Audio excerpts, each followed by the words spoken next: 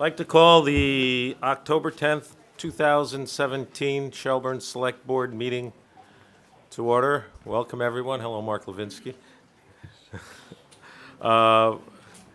First item is item 2.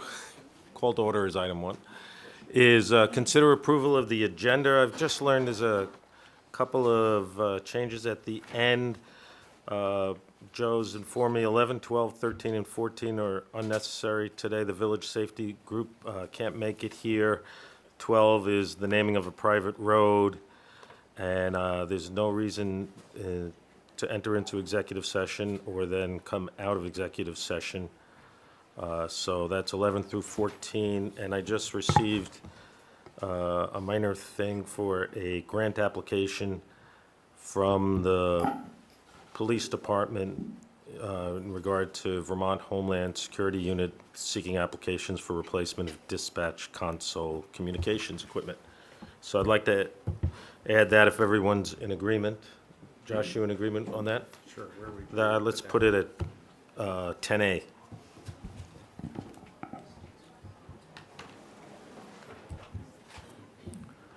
All right, so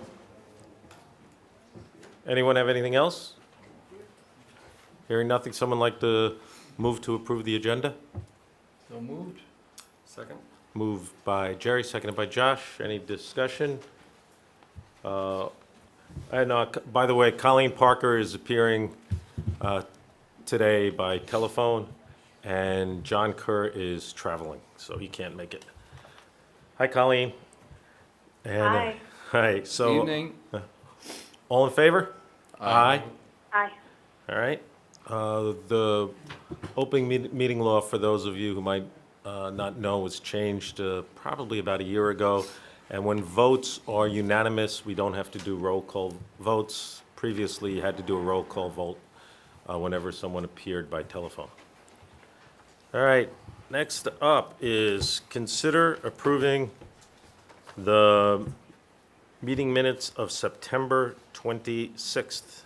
Does anyone have any suggested changes?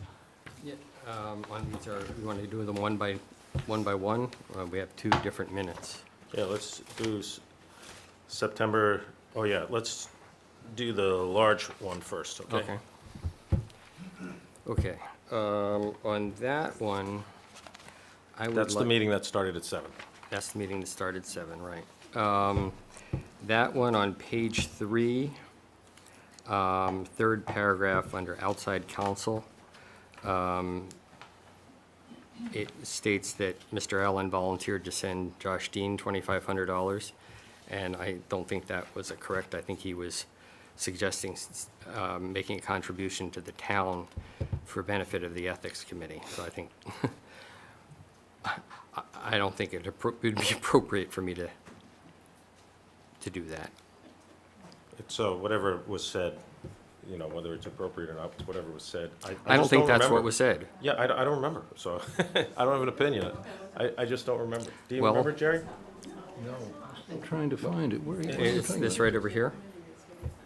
Well, Mr. Allen is in the audience. Okay, and volunteered to send. Colleen, do you remember anything about that? I don't remember. No. Yeah, I just, Yeah, I don't think he said to hire a lawyer if he means of his choosing, Right, meaning Josh. I don't think that was, right. And Mr. Allen is in the audience. yeah, if but you that want. wouldn't be, that's not the issue. The issue is what was said that day. Okay, well, I mean, I'm perfectly willing to defer approval of this, and we can look at the Yeah, that'd be a great table. idea. I'm good with that. Let's just take a look at the tape, whatever it is, it is. Yeah, that's fine. That's fine with me. Okay? all right. The other one is the short one, the special meet. oh, Meanwhile, with your permission, I Sure. do have a few, this is going to seem really ticky-tack compared to, but on page 6, Yes. there's a misspelling of Simeon in the second paragraph. On page 8, a misspelling of Simons in the top. And on page 10, halfway through, a misspelling of my name. Having said that, Which is I'd the like most to make a important. comment that Mary Ann, who does these minutes, which you may recall was a 5-hour meeting, does an extraordinary job. Here, here. like no job I have ever seen in my experience done on minutes for select boards. It's an extraordinary accomplishment, believe me, to listen to 5 hours of tape, to be subtle where you can stand not to be specific, and to be specific where it counts and is important for the record. And even with the fact that we have a visual record to boot, which for some of us in our experience is new, you cannot in any way say enough about the job she does routinely, and with this product tonight, of a 5-hour meeting is pretty incredible. So I want to commend her out loud. She does a great job for many, many organizations, Yeah. including our planning It's not commission just also. us. Yeah, Yeah. pretty I incredible. think she's been doing it for about 30 years. Pretty incredible. All right, so the other one is the special select board meeting that took place at 6 o'clock on September 26th. Does anyone have any proposed changes? I do. I do as well. You Go can go ahead. first if you want. Okay, I believe we should include where it says the select board entered executive session at 6:15, that Mr. Dean left the executive session at or about 6:30. Dr. Dean, please, sir. Does, I wasn't keeping time. okay, that's why I said at or about, Okay. okay? And what's your suggestion? I have two. One, I think I would like to see represented in the minutes. This was a public meeting, and so there was public discussion before item 2, the motion, where I made a request or asked a question whether anything about the hazardous materials ordinance would be discussed during the executive session, and was told that that couldn't be guaranteed, and that the hazardous material ordinance was inseparable from the litigation. And even I felt that if the hazardous material ordinance was discussed, then it was my responsibility to represent the public during that. There was no agreement or no assurance, and I did leave when I got an assurance from another select board meeting member that he would ensure that that did not happen. So that was one. I'd like to have that included. And second was the motion. I did vote on that motion and in the negative, and so it was not passed unanimously.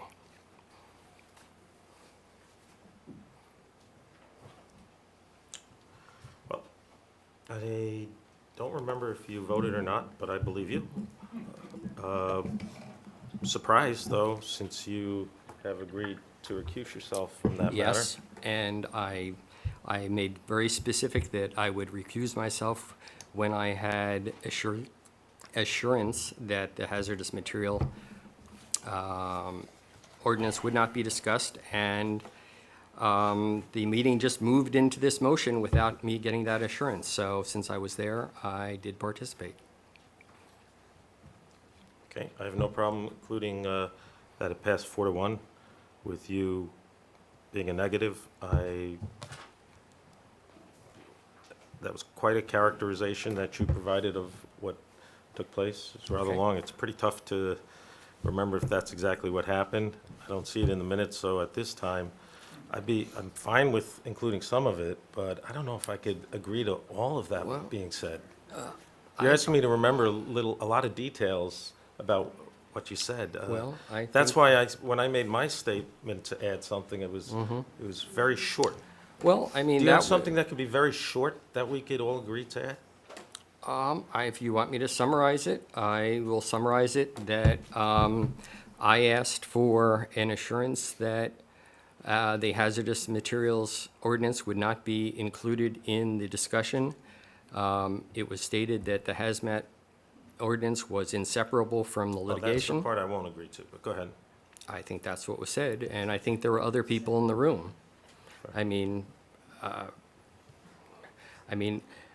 I'm not sure we always have to necessarily agree, since we don't have this one taped. I think the more minds who are asked as to what happened, the better. Okay, I So if believe- you wanna, Let's just see if we can work it out, okay? okay, sure. You know, I believe what I said in response was not that it was inseparable. I said that there was an overlap. That's fine. I'll agree, I will be happy with that. Okay, so how about we add what you said on right now in your summary, the first sentence, and the second part was that the response was, from me, that there was an overlap. That's Okay, fine. are we good with that I'm addition? good with that. Okay, so we have your addition, and we have the addition I suggested. So that works for you? That works for Does me. that work for you, Jerry? And Colleen, does that work for you? Yeah. Okay, And the 4-1. and the 4-1, yes. All right, with those changes, I'd entertain a motion to approve the minutes as amended. So moved. Moved by Jerry, Second. seconded by Josh. Any discussion? Hearing none, all in favor? Aye. Great. Thank you. Next item, I lost my agenda.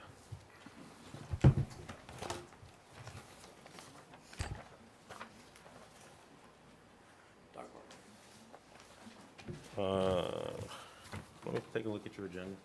Did she or some? Oh, I got it. I'm sorry. Public comments. Next item is public comments. This is the time in the meeting that if anyone has anything they would like to say on a topic over which this board has jurisdiction that is not on tonight's agenda, now is your time to come up and speak. The minutes provide that you have up to 3 minutes to speak. So is there anyone who would like to speak? Please, and what we ask everyone to go to the microphone and identify yourself. Linda Reel, Falls Road. I'm wondering when the process for hiring a new police chief will begin, and what the process will entail, and how the community will have the opportunity to be involved. Thank you. I could tell you that the hiring of a police chief is not a select board function.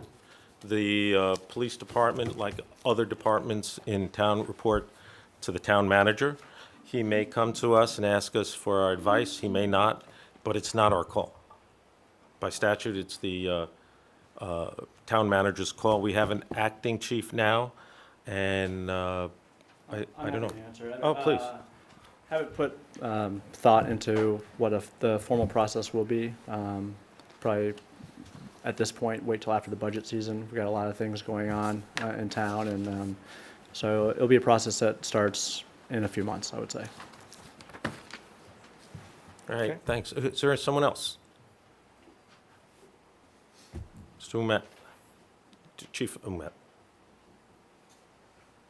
Jerry Omet, Chief of the Fire Department. I just would like to read something. I attend these meetings for the sole purpose of making sure that if there are any topics that directly affect the fire department, I am able to bring information back to the membership or answer questions and clarify any issues that relate directly to the fire department. At the September 26th Select Board meeting, there were statements made and information relating to both myself and the fire department that were inaccurate. First, I would like to address the questions posed to me by Board Member Colleen Parker concerning the reasons for my appearance in court on September 25th and the insinuation that I was testifying on behalf of the railroad in exchange for providing us with a building for our antique apparatus. To clarify, the conversation about a potential building to house Antique Engine 1 started months before the fire department was forced to begin defending their position on this proposed ordinance. Vermont Railways was only one of a small group of businesses that approached us to possibly donate a building. I found this question to be a personal attack on both my character and integrity as not just the chief of the fire department, but as a resident of the town of Shelburne. While I had no problem answering the questions, I felt the questioning to be inappropriate, unnecessary, and unrelated to the discussion at the time. If you or anybody else ever needs clarification or information on any of my actions as fire chief, feel free to call me, email me, stop by my house. I have nothing to hide. If your method to gain support from the residents of Shelburne is to personally attack another town official simply trying to offer firsthand knowledge, then I have to say I have very little faith in your decision-making capabilities and wonder if you truly do have the best interests of residents of Shelburne in mind. Second is relating to the information provided in the slideshow by a town's attorney and the committee of experts. With all due respect to the presentation, and despite the fact there was a number of questionable points made, there was one particular reference made that stated, Excuse me, Jerry, if this relates to the hazardous substance ordinance, it really should it come doesn't relate to during the the... ordinance. If you're It talking about relates the to- presentation, that relates to the ordinance, doesn't it?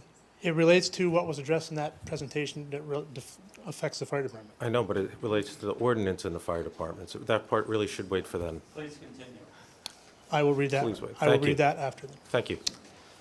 The third thing I have is, there was a comment made by a resident, whom I believe her first name was Adelaide, that she does not understand why the fire department would not support an ordinance that would protect the safety of the children of Shelburne. If this individual would like to have more insight as to where we stand on this ordinance, I certainly would encourage her or anyone else, prior to judging the fire department's safety priorities, to contact me, and I would be glad to explain our position and concerns in detail. I would also like to provide some information for her and any others that have some doubt as to the fire department's safety concern for not only children, but all residents of Shelburne. We are a completely volunteer department made up of 33 members, male and female, ranging in age from 16 to 70. They are on call for the town of Shelburne 24/7, 365 days a year. We have meetings or trainings every Thursday night for 2.5 to 3 hours, sometimes more, no matter what the weather conditions. Becoming a firefighter requires spending 240-plus hours attending classes that stretch over 9 months. This just to meet the minimum required to be nationally certified as Firefighter 1. Many of our members take time away from their real jobs every year to volunteer hundreds of hours of teaching the children in the schools and daycares throughout Shelburne in the practices of fire safety. The impressions made on these children are lasting and repeated to us frequently in conversation with teachers and parents. Some of these children, after moving on to high school, have returned to us to become volunteer firefighters themselves and are still with us to this day. These 33 members are the ones that leave during meals, birthdays, holidays, or other family events, give up weekends to get additional training, get up from a sound sleep in the middle of the night, spend all night at an incident only to get home just in time to go to their real job without any sleep, and respond in questionable weather because someone in Shelburne needs their assistance.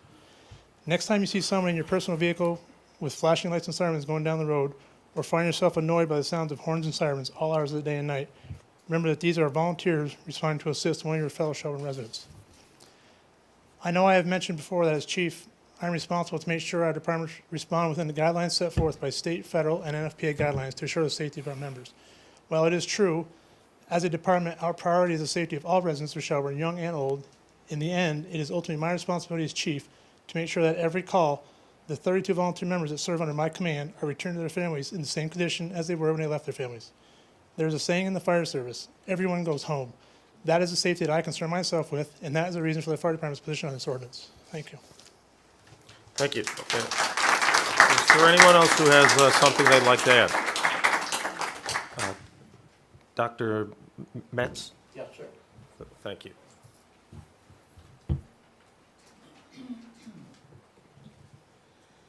Mr. Chairman, this is the third attempt on my part to find out why this obvious conflict of interest that exists with the Select Board not allowing or not voting the funds for the Ethics Committee to hire an independent counsel without consulting members of the Select Board.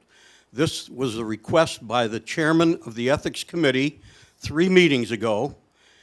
It was tabled. Has not been, to my knowledge, acted upon. My questions, the last 2 meetings, have been dismissed or referred to a budget, some kind of a budget procedure.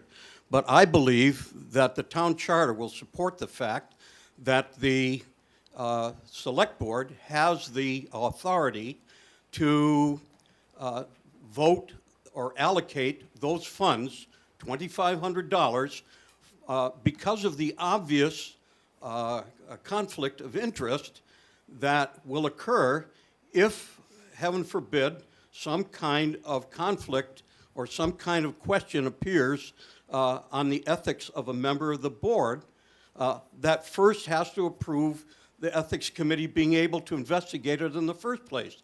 This conundrum is obviously to your detriment and casts doubt on why you won't approve of such a thing. It's an obvious conflict of interest, Mr. Chairman, and you ought to do something about it, in my view, and I think it's only fair. And the chairman that you yourself appointed to chair this committee has requested that. and yet you won't approve it. I don't understand. And this is the third attempt to find out why. Okay, thank you. Does anyone on the board want to jump in? I mean, all I can say is I did make another request to put it on the agenda this, for this week. It was suggested by the town manager that I query the select board about doing that, which I did. I received 2 responses. One suggesting that the meeting might be too busy this week, and the other was, as you stated, that it should be referred to the budget session. My thinking about this is as yours. This is not a budget line item. This is not something that is going to be spent, but it is just the authority to do that, which certainly I've seen in my short time on the board, a number of situations where the board has actually approved money to do things. So for what it's worth, I hope that it can be at least on the agenda at the next session. Is there anyone else who wants to speak on this topic? So I'll just reiterate what I said at the previous meeting, that just because a committee comes before us and asks for funds, it doesn't mean that they're immediately going to be granted. That this is a discussion meant for budget season. That's fast approaching, and it can be discussed then. Thank you, Colleen. I saw 2 hands raised. I'd like to give both of you an opportunity to speak. So you guys decide who goes first. If you could please identify yourself. Yep. Sean Moran, town resident. So I do know how to open a computer just barely, and I did look up a little fact, and I want to know if this has been changed. From the open meeting law, 3A, any addition to or deletion from the agenda, which we know because you just did it about 15 minutes ago, shall be made at the first act of business of the meeting. Has that been changed at all? Well, why are you asking me to answer questions about statutes on the fly? Has that, well, you I'm just I'm told us. asking you I'm asking you a question. You're asking me Yes, yes, I am. I Do you- believe that is still applicable. Okay. Any other adjustment to the agenda may be made at any time during the meeting. This reflects right back to the ethics. Twice, we heard, oh, it's not on the agenda. Then put it on the agenda. It says right here you can do that. Okay, Mr. Rand. Put it on the agenda so we can keep the transparency. Because obviously, last week or last meeting, there was a $2,500 check offered. What happened to that? Was he called and said, we don't need your money? Was he called and said, it's against the rules? We'd like to know. We heard the man offer the money, and it's disappeared. Do you still have the money? You still offering it? Okay. Okay. Like to Thank know you. what happened to that little suggestion. All right. Thank you. And Mr. Boyd, I think you had something? Yes, sir.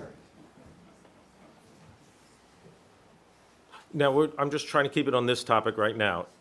Okay, if you have a different topic, then let's wait. Just try to stay focused. Anyone else on this topic? Please, if you could identify yourself.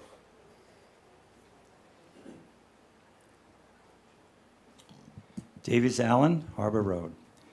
Mr. Chairman, it's apparent tonight to all of us, I think, that you are suffering from memory loss, and perhaps there's a medication you might consider to help you with it. Mr. Let me say- Mr. Allen, let- Mr. Allen, is that really appropriate? Have I Let me- said anything personal about you ever?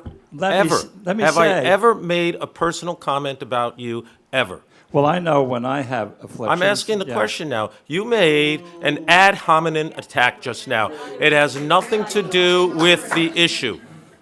Let him talk. So how about addressing the issue and stopping the personal attacks? The issue is memory, and I'm going to help you with it. I was at the so-called Joe's office when you guys sat down to discuss going into closed session. Joel was there from the Burlington Free Press, and Lisa was there from the Shelburne News. At that time, Joel made it clear that you needed to address the distinction of whether the closed session was going to be about the railroad or the hazmat. And indeed, it was decided in front of all of us that they could not be separated. I believe, and I would ask Joe to verify this, but you guys asked a detective to come up in case Joel did not leave. And I find that to be quite unusual. Okay, let me Now- address some of that. I'll give you a chance to continue, but first of all, there was never a call for a detective, and it's my understanding the Shelburne Police Department does not have a detective. They have officers. Secondly, it was never in regard to the reporter who was right over here, Joe Banner Baird. So that was incorrect. Third, it was never the Select Board's call in regard to whether an officer should come up. Fourth, it was a recusal that was necessary, and a member of the board refused to leave the room. So go ahead. I did call for a police officer that evening. It was reported by at least 2 separate presses, but it was not for any individual. It was because things in general were getting heated. I did not call citing any individual. I just want to be clear about that. Thank you. Okay, let's go back to the offer of the $2,500. Of course, I didn't offer it to Josh, and it was, I'm the guy that offered it, so my memory is intact. And I will tell you that the offer was to the town of Shelburne for the $2,500. And I have this check for you tonight. I've been advised not to accept anything from you. I'm not taking it. I'm not taking it. Okay, all right. I will, Mr. Moran, we're going to have some rules of procedure. One of them is order. You have an opportunity to speak, and you spoke. I'd appreciate it if you would not disrupt the meeting. I want to give everyone a chance to talk. Okay, so here's something that might be of interest to some of you. For those of you who are calling for the Select Board to provide $2,500 right now to the Ethics Committee, so the Ethics Committee can determine on its own whether to spend that money to hire an attorney to investigate something, and they can make the decision on their own. Let me tell you, if you read the ordinance itself, and I'm going to quote it for you, it can't happen. The ordinance itself addresses this topic. This is an ordinance that had a first reading, a second reading, a public hearing, a vote of the Select Board 5-0, and then was sent to the town for a townwide vote, which passed overwhelmingly. And there is a provision in the ordinance that if this went forward would be violative of the ordinance. And I'm going to read it for you so you know I'm not making it up. It's right here. Article 15D, as in dog, of the ordinance states, the Ethics Committee shall not incur any expenses in the performance of its duties without the prior approval of the town manager. Now, if you want to change the ordinance, that's fine. But to change an ordinance requires that we go through the same process that we did in passing the ordinance. So to change this, which is what you're asking to do, it would require a first reading, a second reading, a public hearing, and a vote by the entire Select Board. In addition, in this instance, the ordinance didn't pass just by vote of the Select Board. It passed by vote of the entire town. So we can't do that. And if someone tries to point to the section of the ordinance that provides the Select Board can amend the ordinance, it says, I don't have it right here, but it says it can amend the ordinance pursuant to the charter. And it's the charter that lays out this requirement. So we can't do this. And it's very interesting that the people who are arguing that this is a conflict of interest and is violative of the ordinance, haven't even read the ordinance to understand that it's the ordinance itself that prohibits the very thing that's being demanded. All right, is there anyone else who wants to talk about this? I would like to follow up on that, if I may. Absolutely, Josh. Thank you. I think there's 2 points there. Is one, I believe when the chair came before us, it was his request not for a allocation per se, but more of the authority that could be done. I don't think that the Ethics Committee chair would make such a request if he thought that that was in violation of the ordinance. Well, I just read you the provision, so I think the provision is pretty clear. Please identify yourself, Mr. Regan. My name is Michael Regan. I live in Boulder Hill in the town of Shelburne. And with regard to this $2,500, I have some questions that I think are on the minds of a lot of voters in the town of Shelburne. And that is, Mr. Allen, I don't know a whole lot of people that know him. And one thing that would help me weigh the credibility of his positions with regard to this matter is if he could answer a couple questions to help us know him a little better. And I have, if perhaps the select board would give him an opportunity to answer those 2 simple questions, it might put a lot of people's minds at ease. And they are, does Mr. Allen currently own property in the town of Shelburne? Which is a yes or a no question. And secondly, could he explain to the people of the town of Shelburne his relationship, business or personal, with Vermont Railway? Thank you. Thank you. So, Mr. Allen, all the rules of procedure provide that all questions and all comments are directed to the board. But you've been quite vocal on this issue, and Mr. Reagan asked 2 specific questions. One's a yes or no, and one's explaining your relationship, personal or professional, with Vermont Railway. If you're interested in answering them, I invite you to answer them.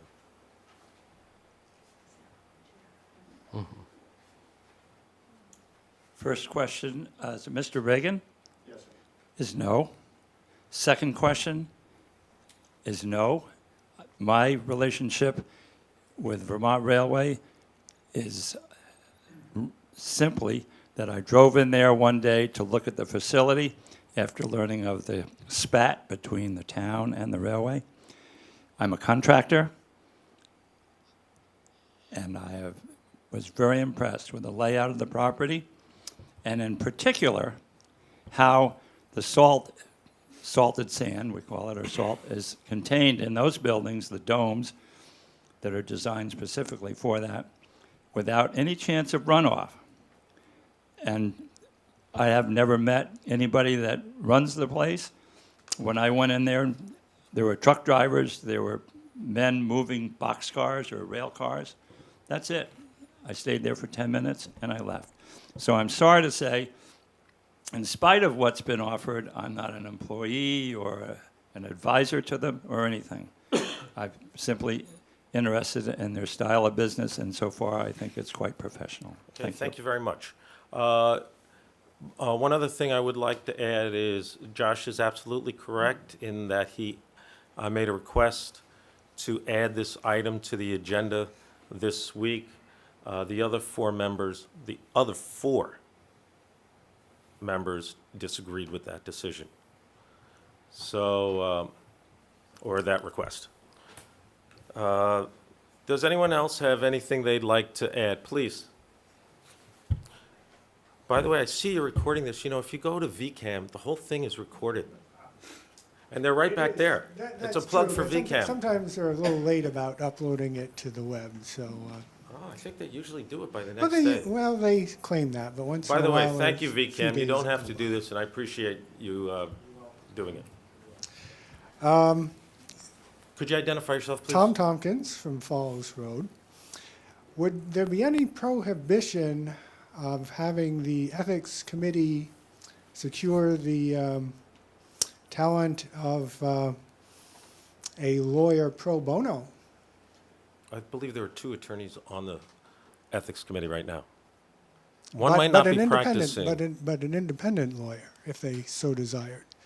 Well, you'd have to ask the Ethics Committee. I'm not going to speculate what they want to do. But there, as far as you know, there's no town, but there's no part of the ordinance that would prohibit that. It's just that they cannot spend any money in their duties. Is that It correct? says expenses in the part I read said expenses. Okay, so if they incurred no expenses because the legal advice was pro bono, then they would be all set, I would assume. I have no opinion on that. Okay. Thank you. Does anyone else have something? Please identify yourself. Bruce Nunziata. Just a question, in the way you read the ordinance, you said will not incur any expenses without... It's on the website, so Okay. anybody can take a look at Okay, it. well, I'm just saying, again, so everybody hears what you said, and making sure we all understand. They can't incur any expenses without the approval of the town manager. I understood that they wanted this money basically as a set-aside, put in the bank, so to speak, and then at some point, if necessary, they could go to the town manager and say, we'd like to spend this $2,500. I don't see where there's a conflict. I think that's a good question, Mr. Nunziato. However, I think that's a misunderstanding. That's not what they're looking for. They're looking for $2,500 to access in their own determination. Okay.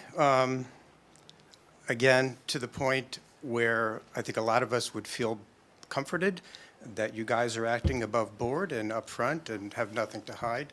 The $2,500 was set aside. Maybe they'll never need it. But I see it as a legitimate process to have it there at least and say, town manager, can we use this? It doesn't seem to be contrary to the ordinance. It's just the way I hear it. Okay, I just read the ordinance. I thought it was pretty clear, but thank you for your comment. Is there anyone else? Wait, please, I'd like to give everybody a chance to speak before anybody speaks twice. Excuse me? Is it about that or anything? Are we moving on to anything? I'm ready to move on to anything. It's 7:40. This is, look, we have an agenda. The last meeting went 5 hours. It's a long time. I want to give everybody an opportunity to speak, and we have always given everyone an opportunity to speak. But I ask you, if you want to speak, I'm going to let you speak, but please, do your best on this. Are we still on this topic? Okay, hold on. I'll give you a chance to talk on another topic. All right. It's the only person who wants to speak again on this topic, Mr. Is it Allen or Allen Maine or? Allen. My last name. Okay. I just want to clarify one thing. Could you use the microphone, Everyone's please? wondering, what's my motive here? Am I just a provocateur? I'm not. I came here to look into buying a substantial business. And then I got involved with it, watching this process. It's almost a circus. And I realized that this town really doesn't want any more business here. And it's changed my mind. It's turning it in a negative fashion. And yet, it seems urgent that this town somehow embrace businesses which are necessarily taxpayers and people that would be considered to be good neighbors. That's why I've taken an interest here. I have no money involved in one way or another of how this is going to go or anything like that. I'm an interested party. Thank you. All right, so new topics. Anyone else? Again, this is on items that this board has jurisdiction over, not on tonight's agenda. So we have Chris Boyd and Tom Murphy both raised their hand. Did you just raise your hand also, or were you just scratching? Okay. So you guys choose who goes first.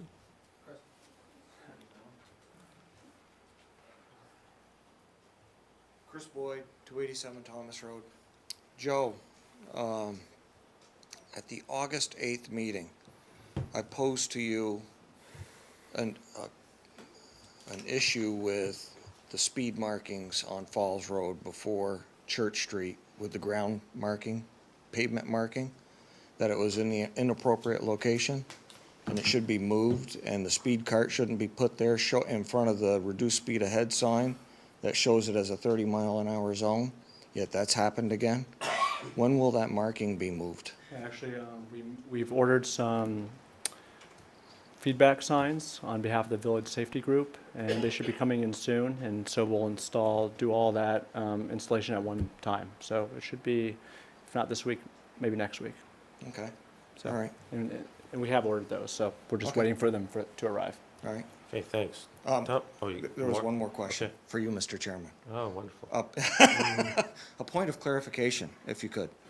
So at the last meeting, this isn't about the hazmat ordinance, but it's in that subject realm that you made a statement.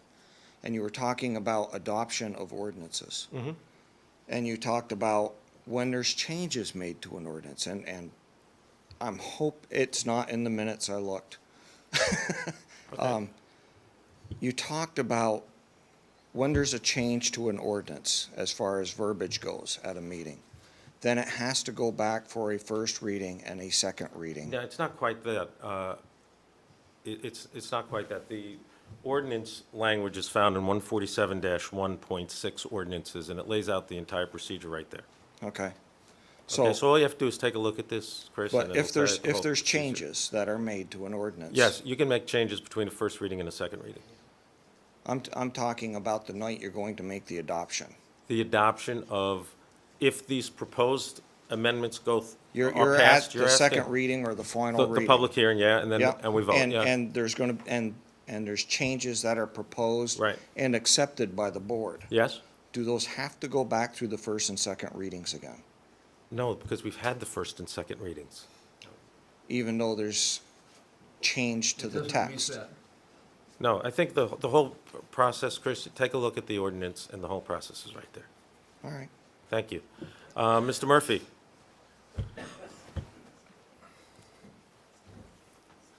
Thank you.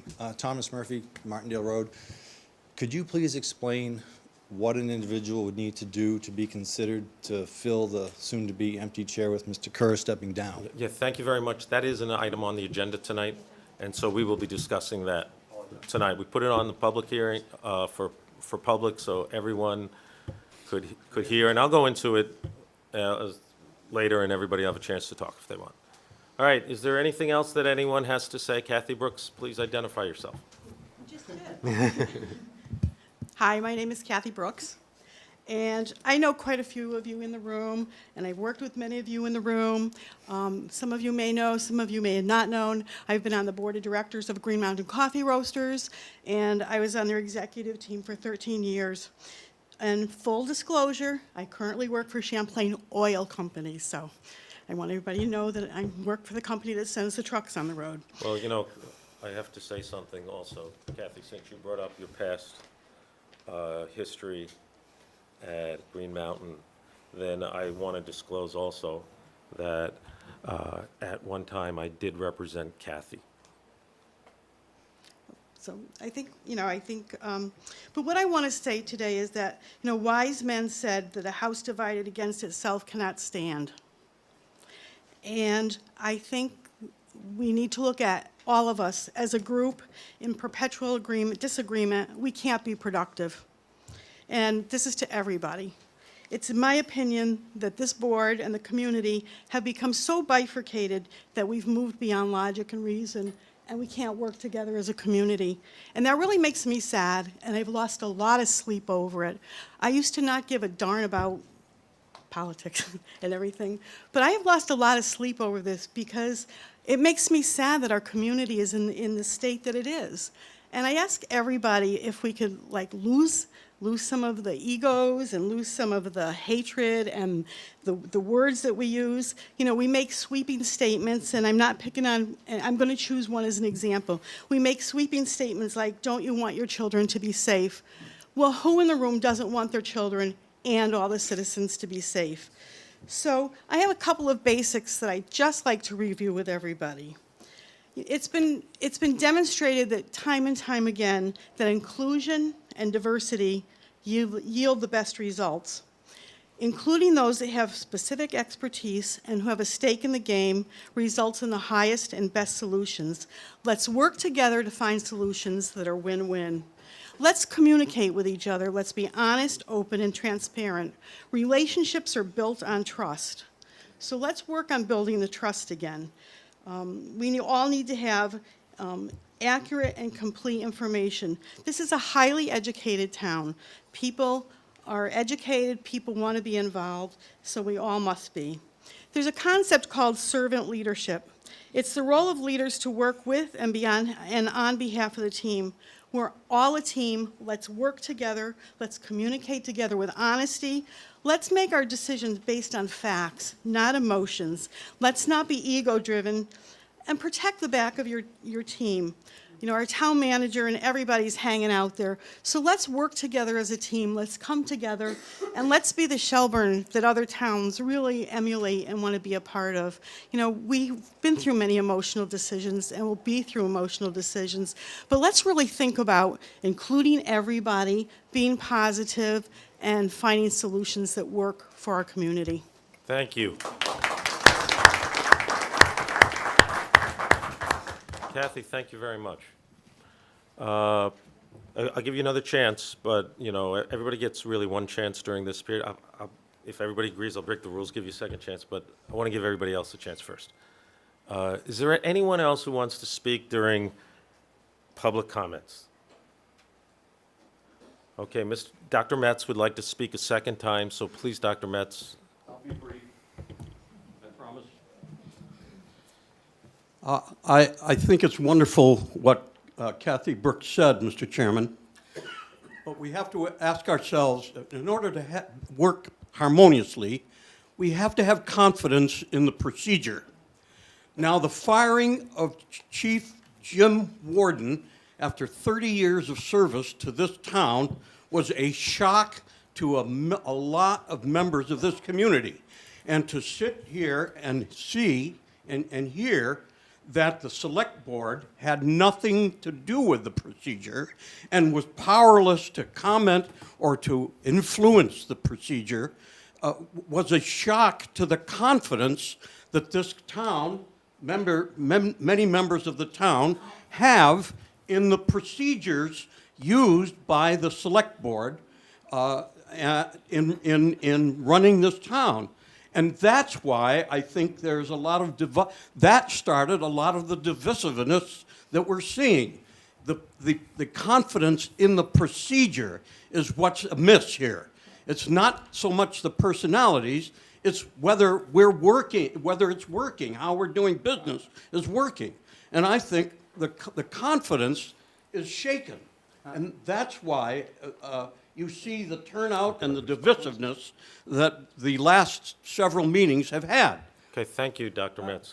I just want to address one thing. I'm obviously not going to go into specifics, but in at least 2 executive sessions, the entire Select Board talked about this matter, and I'm a little chagrined, quite frankly, that all this time has gone by and the Select Board has made the statements in public somehow that they just didn't know anything. And that's... Okay, let me jump into, Joe makes a good point. You know, I was really hung out to dry and that...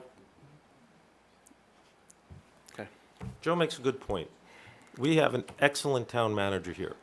Now, some of your comments I just want to address briefly. I'm not looking for an argument, but I would like to address them.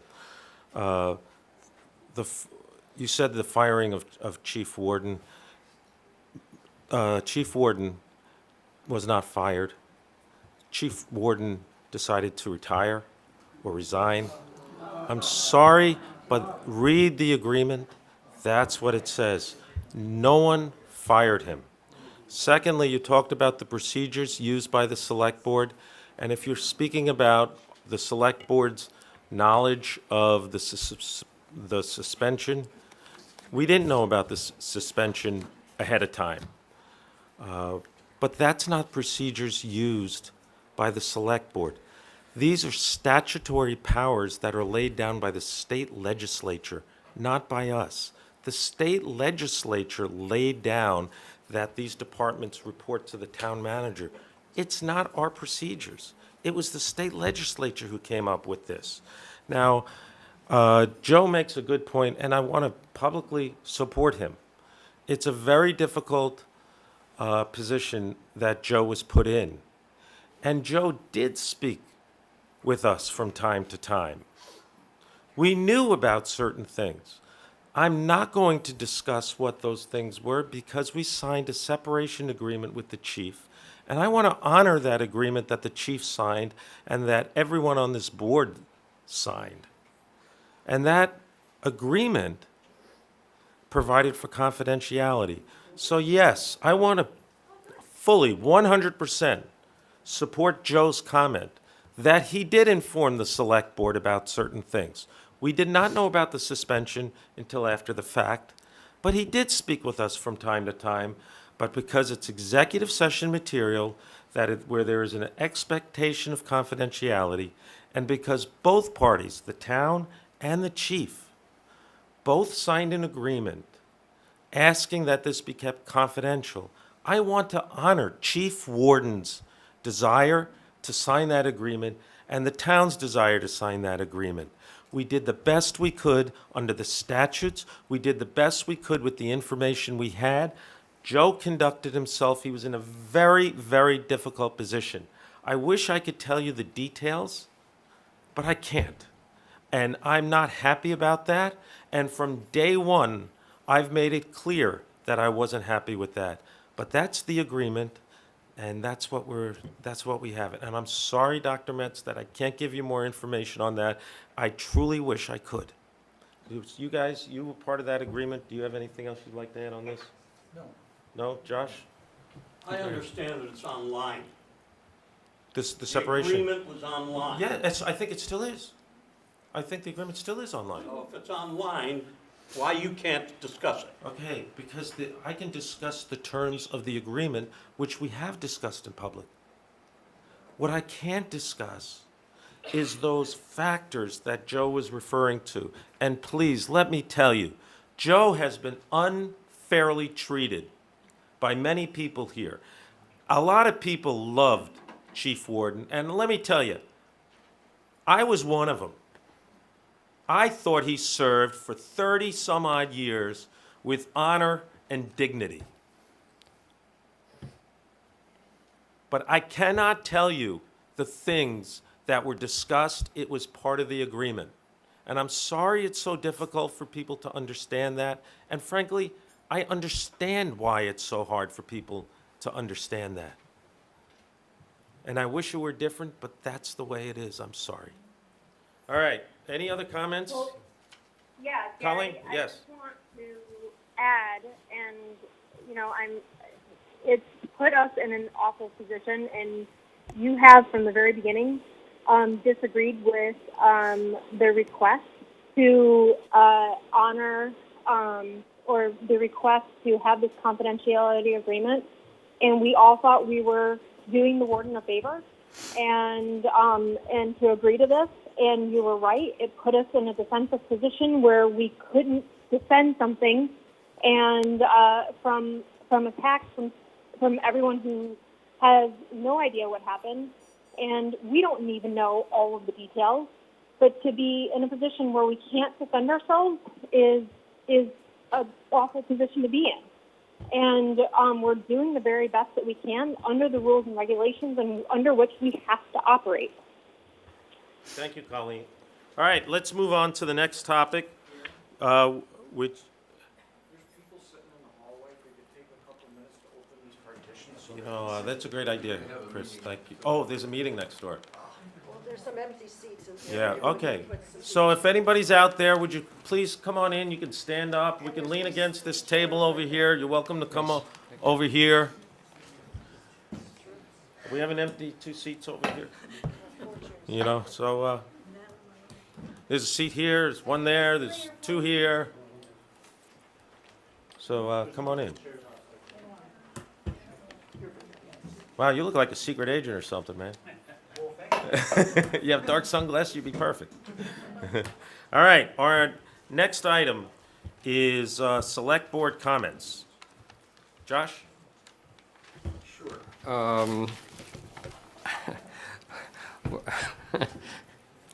What I'd like to do, really, is thank everybody here. for taking the time to show up. I mean, the number of times that we've been sitting up here with no one in the audience was quite startling to me.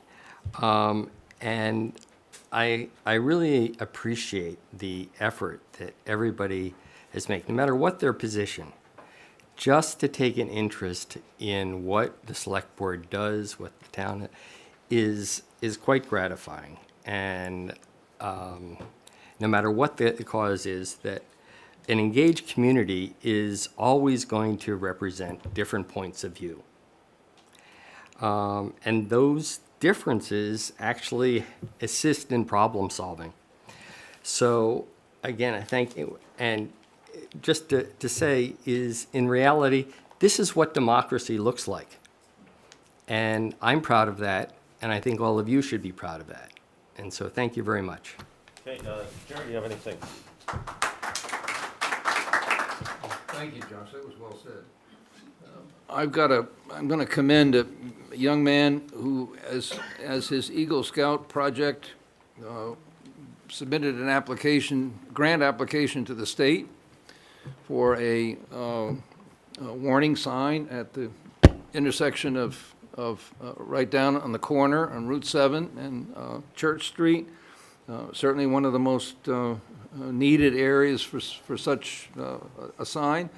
And contrary to a famous bet from the town manager that he probably wouldn't get it done sooner than the town manager had attempted, he not only got it done, but he's won the bet, and I hope he doubles down on the bet. So, but this is, we are a fortunate community that a young gentleman as well built a new stand for the Memorial Day celebrations and other community events at the Veterans Memorial. You may be aware.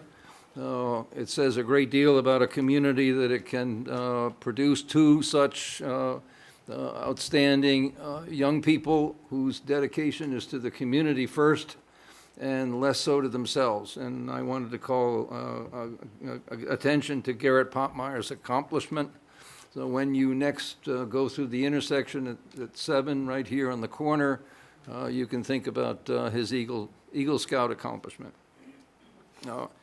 I'd like to make one comment about, and I don't address it to you, Davies, necessarily, but I think the benefit, and I value what Josh just said, because I think it's a way of setting the table.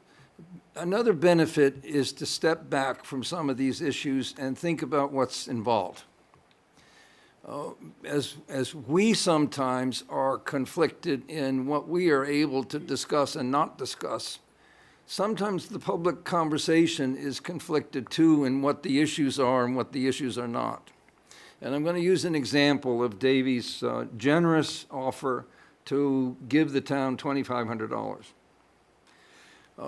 As a personal matter, I object strongly to that gesture, much less to the money, because it creates a third-party interest. It's a conflicted interest, no matter how noble the purpose, no matter how beneficial the good, no matter any other consideration. I don't believe you can have anybody in the town or anybody outside the town buy, in effect, a town consideration. Again, I'm emphasizing no matter how noble the purpose, I think that's an entirely unacceptable situation. On the other hand, I call your attention, and yours too, Davies, to a front page force posting recently that made an excellent point about where such a generous contribution could be made, and that is to the library campaign. I think it's important in dealing with some of these issues for us to take the time, not only to expend our energy and begin to come together, but take some time to dismember them a little bit and sort out what we can deal with, what we cannot deal with easily, what takes a little more time to think about. and I value your indulgence.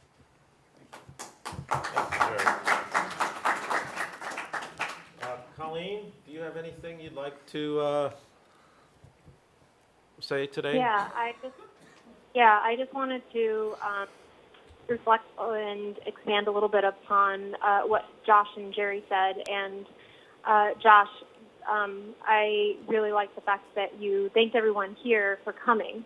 And I'm sorry I'm not there in person, but clearly I'm here.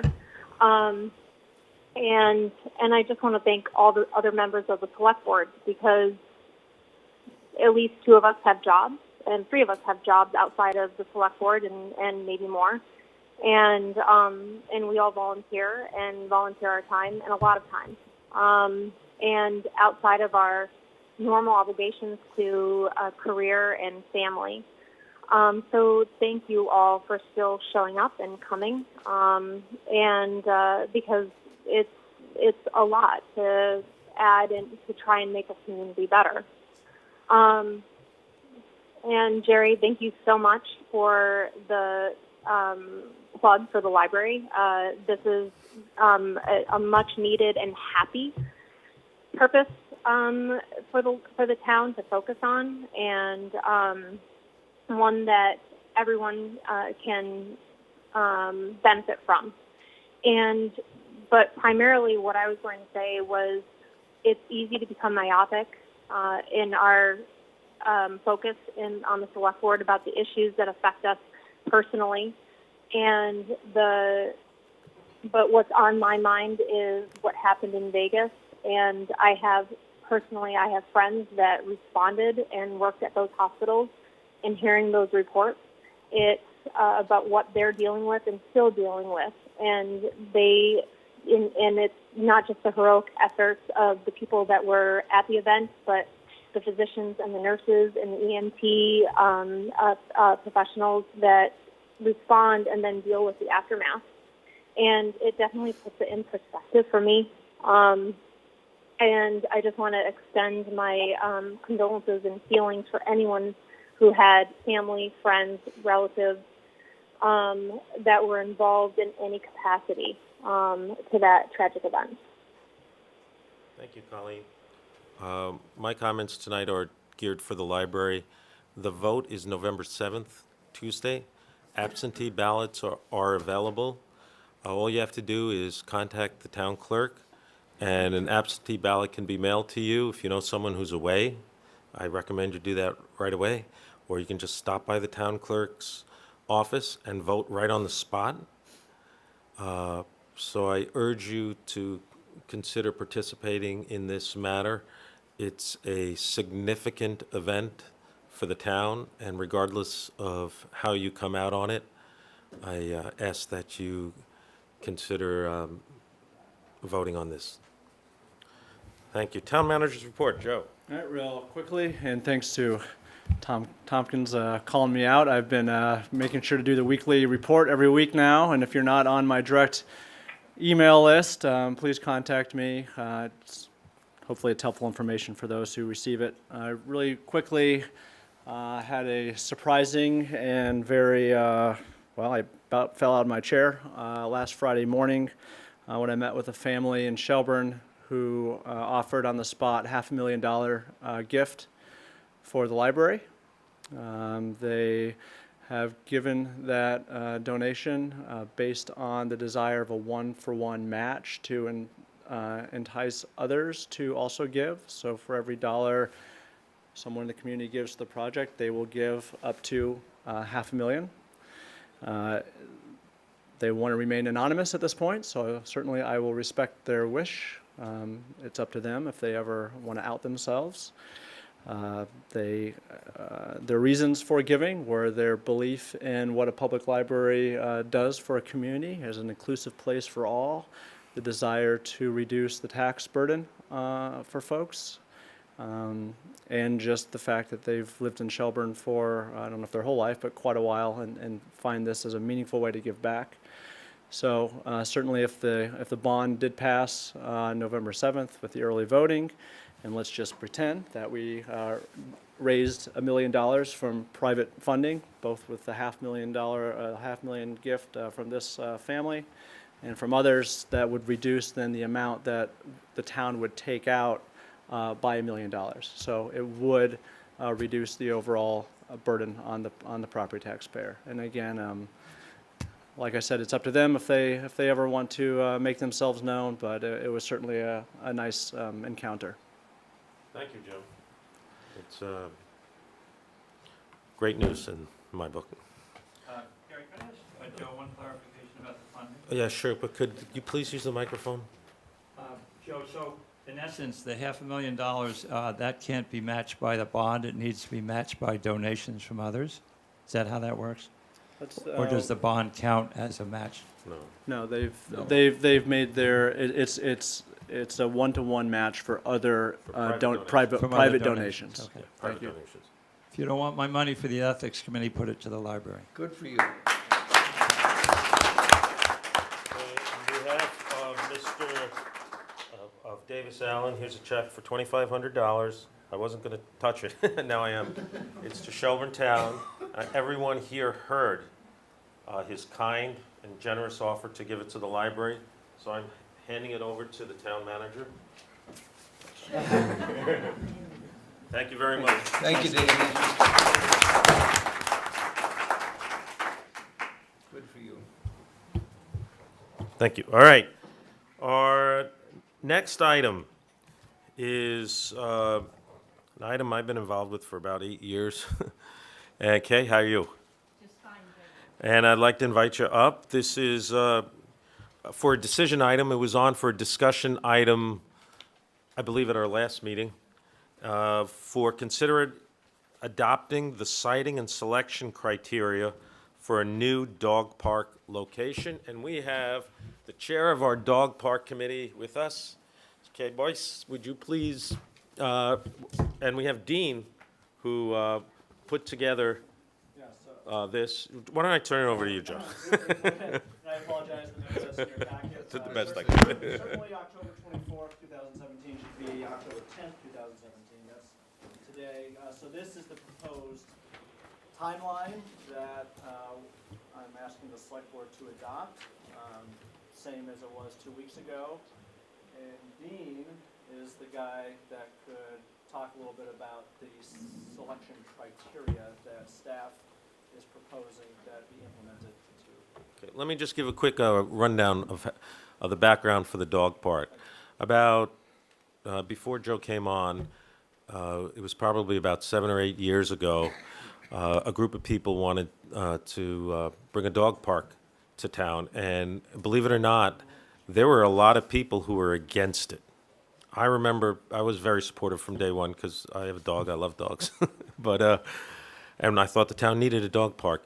Fred Tabali and an organization that Fred was involved with donated land. So we went ahead, we approved the dog park with the understanding that it would be funded fully through private donations and the work of the dog park committee. It turned out that the other members on the select board gradually endorsed this more and more, and we allocated certain funds for water lines and I think for parking. Unfortunately, in the last year, we found out from the state that the location for the dog park was in a wetland. And the state has worked with us. They've been cooperative, and we look forward to continuing to work with the state on this. But we have to move the dog park, and we have to make plans to do it in a way that would be timely and be acceptable to the state also. So we're all working together to try to come up with a way of handling this. Dean Pierce has put together a memo for citing criteria, and so, Dean, do you want to take it over, or Kay, do you want to take it over? You guys decide. Dean? Maybe Dean could explain the selection. Dean, please. My recommendation would be that since the memo that is at the front of this or this part of the packet lays out the steps over time, and for tonight, it says select board adopt process and citing criteria, and it says charge the Village Dog Park Committee to make recommendation to the Select Board. I would actually like to hear what Kay has to say to the board in terms of its recommendations, and then Okay, I can, that'd be then I can great. address the You technical guys things, good because with you that? have only 5 minutes for this. All right, go ahead, Kay. Go. I'll just take 2. So the Dog Park Committee has carefully read and reviewed all of the criteria that have been set forth by Dean, and we are committed to the process as stated. We have a 7-member committee.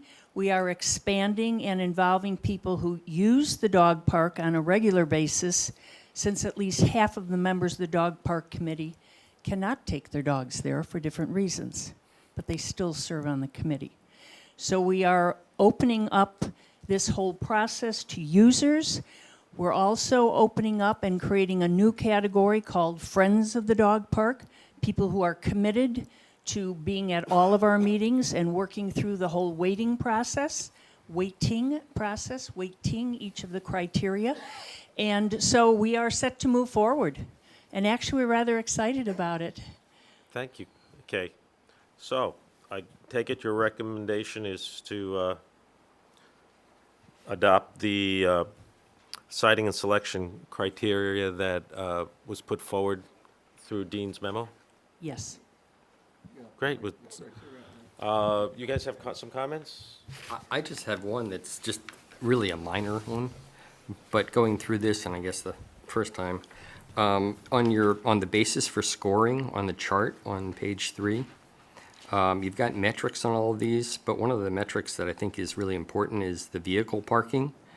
And I think it would be helpful if you're going to have a metric there to actually sort of decide how many cars you're talking about, because that certainly would figure out how much room you need for the cars. And so I think that would be a useful thing to have in your metric, in your criteria. Thank you. I've noted that, and one of the reasons the proposal is exactly the way that it is, because that level of detail is something that we weren't sure that we would get everybody satisfied around tonight. So that's something that Okay. we can address. The request is really for the board to endorse the criteria, and the other more detailed pieces of this would be something that will be finalized after the group gets Okay. done. But yes, the question of how many parking spaces is needed, indeed, the question of how much space is needed is also something that's up for discussion and determination. Thanks. Jerry? Yeah, I remember commenting last meeting, Dean, that this is a very impressive piece of work, and you really should be congratulated, and I'm sure the committee feels the same way. This is going to be a very interesting process to follow, the weighting and the... I have one question for you, Kay. When you size the facility, are you anticipating a large small dog separation? Yes, for the safety of small dogs. But the design will be different. The second park will be new and improved. And probably the small dog area will actually run on perpendicular to the large area rather than parallel. Okay. Thanks, Great, Kay. yeah.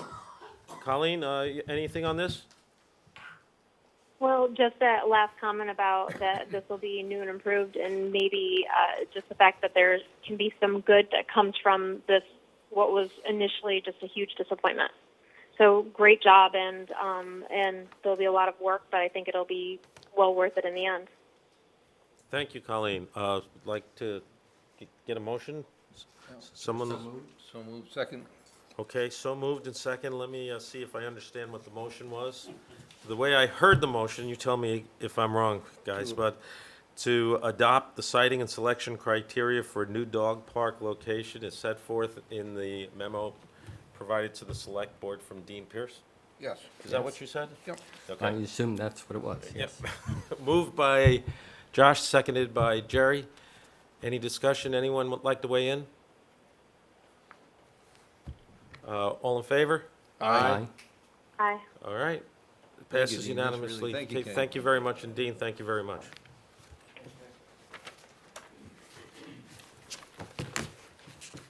Our next item is item 9, first read, oh, no, I'm sorry, it's item 8.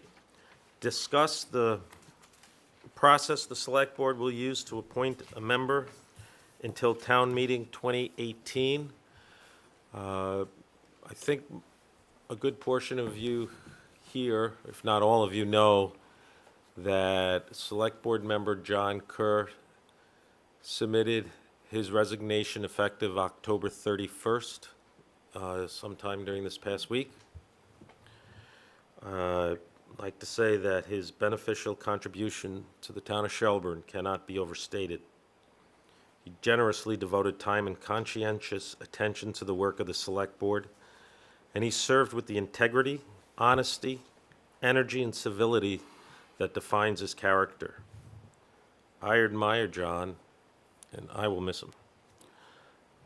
His resignation letter belongs to him until October 31st, so if he changes his mind, he can, but I'll tell you, I've spoken with him, and he's made it pretty clear that he has no intention of changing his mind.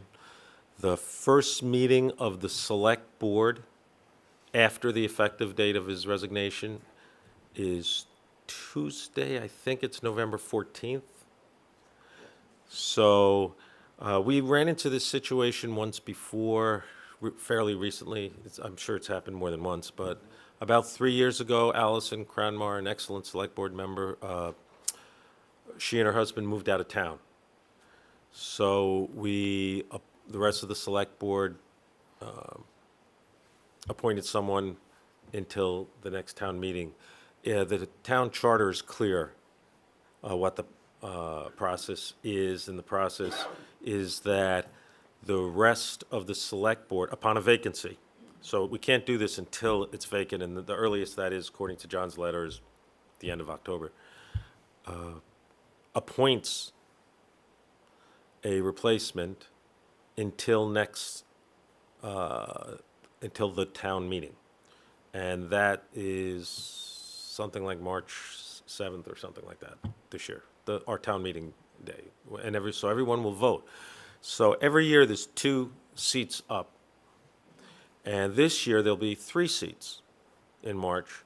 The last one will be for the 1 year remaining on John's term. So I'll tell you what the process was the last time, so everyone can know. Maybe someone has a different opinion, but we'll see. The last time what we did is we told everyone in town about this. Anyone who was interested submitted whatever materials they wanted to the town manager. The town manager collated all those materials. They would be available to everyone, could be posted on the town website, I'm sure it will be. Probably a link on Front Porch Forum, also on the email list that he distributes. And of course, presented to everyone on the Select Board.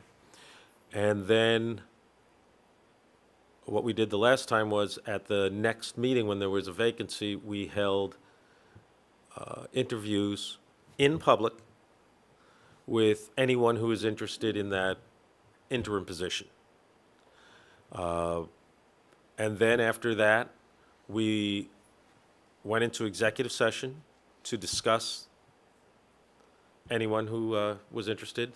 Then we came back into open session, and in open session, we voted. The last time we did this, it was a unanimous vote, and one person was placed on the board at that time. That was Algo Bay, and he served for that, I think it was from like December until March, give or take, something like that. So I would propose, and Joe in his annotated agenda sent out that process from the last time, and I would propose a similar process. If anyone has any other thoughts, I'd welcome hearing them. Yeah, I mean, I think the process that I viewed, being interested in this process, I went back and actually looked at the tape from that selection process. And I agree that it seemed to be very open to the public. What I find puzzling, Gary, is your mention that the select board went into executive session, because that wasn't at all apparent on the tape. I saw that there were. Okay, you know something, Josh, you might be right. It was 3 years ago. Right. I don't remember all the details. You might very well be right. No, I do remember that I think there were 5 candidates. Yes. And I remember one of them said, yeah, I agree. If Al wants to do it, let him do it. Right, and, yeah, and so, yeah, because it was pretty clear that, I mean, I thought it was a pretty good process, that all the candidates stood up, and amazingly, were very brief in their comments. And then all the select board members sort of stated what they thought their preferences were with regard to not people, but what they thought was most needed. The only thing that seemed a little difficult was how the selection process occurred, because it ended up being one motion, and so and the person who was nominated had a majority, so that sort of left everybody else. Do you remember, in the wasn't lurch. it unanimous? No, it was 3-1. Oh, it was 3-1? Okay. Yeah. Well, I'll tell you one of the And reasons. so what I'd like to see, I mean, I think, given all of these kinds of things, I think the whole idea, in something like this, if we could have a 4-0 vote on this, I think it would be a great thing. I agree with mean, you. I think it would be and I would certainly love to see that. Well, I'd love a 4-0 vote also. Now, I do remember now it was a 3-1 vote, and I remember the person who voted nay. Sure. go I'd like ahead. to, I'd like to explore our preferences for the successful candidate. The only criterion is residence. So there is no criterion aside or other than or beyond residence. It seems to me that it's useful for us to discuss what might be preferences on our parts, beginning with the fact that it would be preferable if the individual had some local government experience of some kind. That doesn't necessarily mean employment, and potentially not even membership on boards or committees, but some interest and knowledge of local government. Equally, it would be preferable if the individual had knowledge of budgeting. That does not necessarily mean municipal budgeting any more than any other category, but just the process of budgeting itself. And thirdly, I think it's important to note the further preference that this individual not be somebody who is expecting or planning to run in March. There would be, to my way of thinking, some essential unfairness if someone was on the board for a period of 2 months and had that much of a leg up on anyone else that he or she might run against in town meeting. I'd be interested if all of us were sort of together on that, and if so, my only other suggestion was if we got a number of submissions, the time frame that Joe suggested is a little tight, and I don't know how he feels, but some additional review time might be useful if we really got a pile of submissions. So what time frame did you suggest, Joe? I don't think I suggested one at this point. Okay, This that's was plenty of from time. Yeah. 3 years ago. Yeah, that was No, three. it's- I guess Oh, yeah, that was 3 years ago. That was 3 years ago. Yeah. kind of- If the meeting is is it November 14th? The first meeting? The first meeting Okay, November after- 14th. I would suggest that if anyone's interested in, it's, whatever we all agree, I mean, it's an arbitrary date.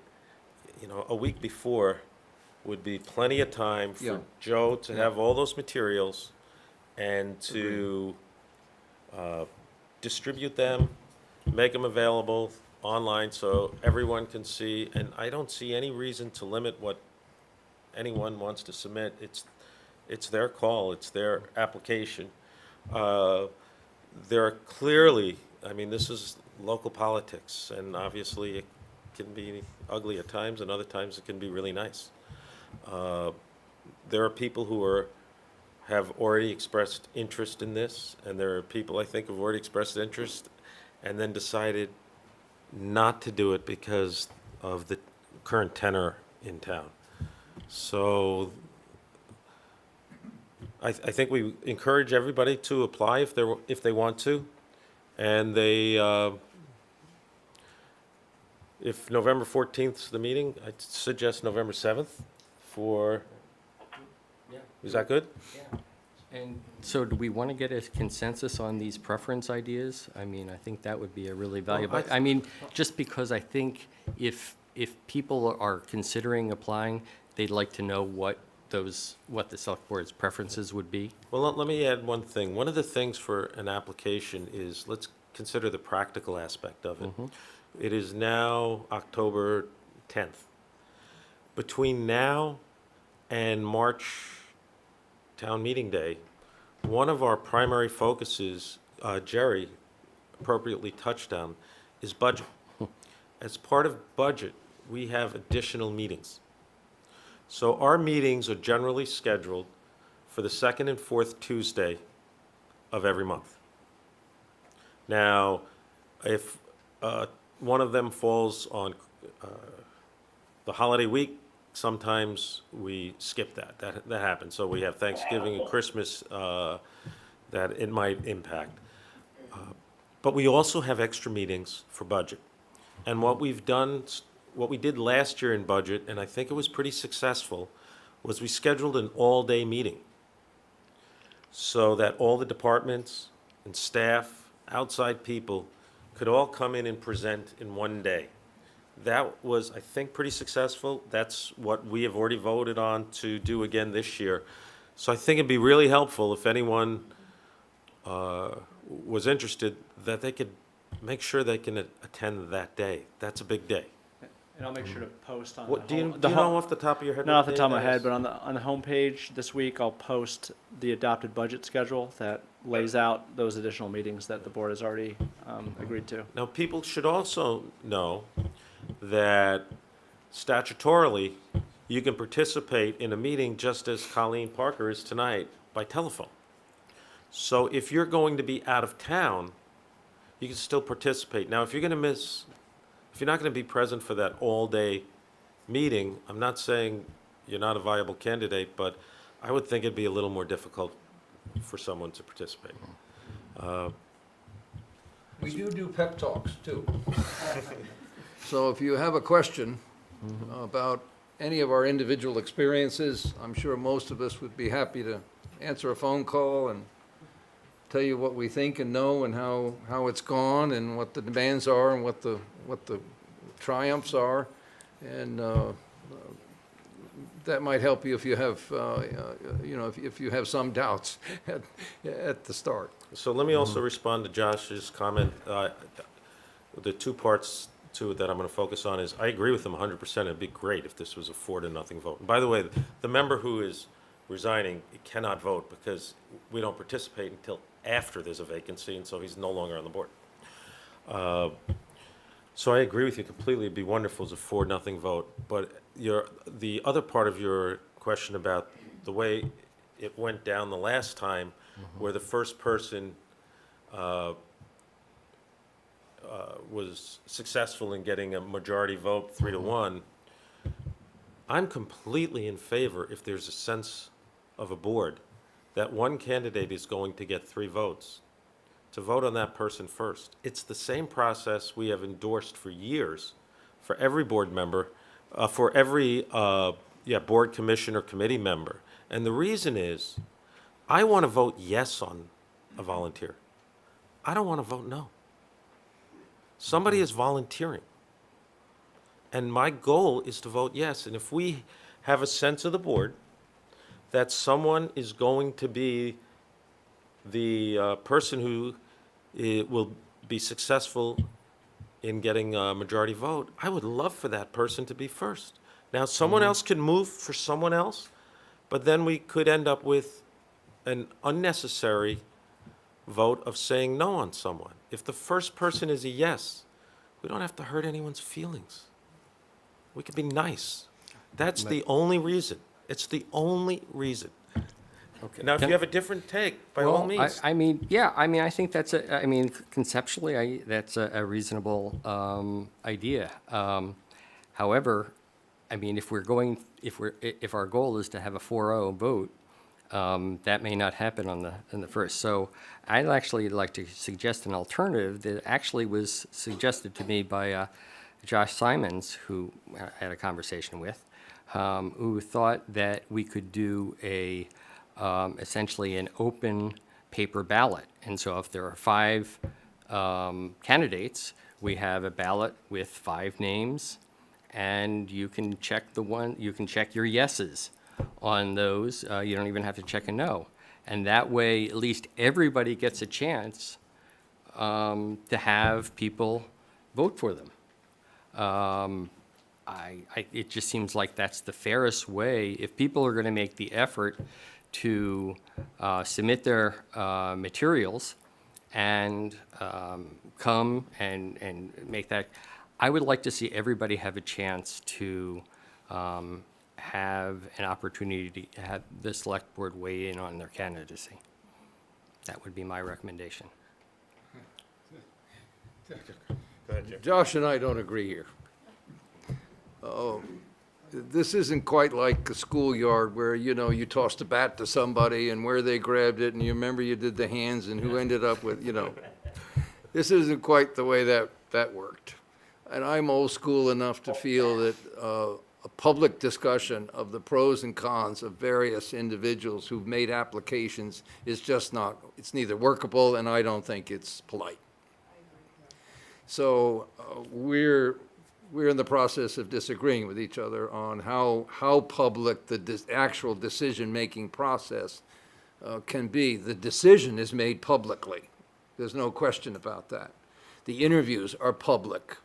It's the piece in between where a board to itself, amongst itself, discusses, and we're gonna disagree. So We're going to disagree, and it Josh, didn't can I happen. jump into it? Sure, go Thank ahead. you. I agree with Jerry, and the reason you go into executive sessions for times like this is to have a free and open discussion.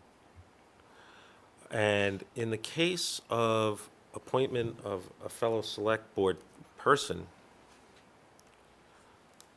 and who you prefer, these are people and these are our neighbors.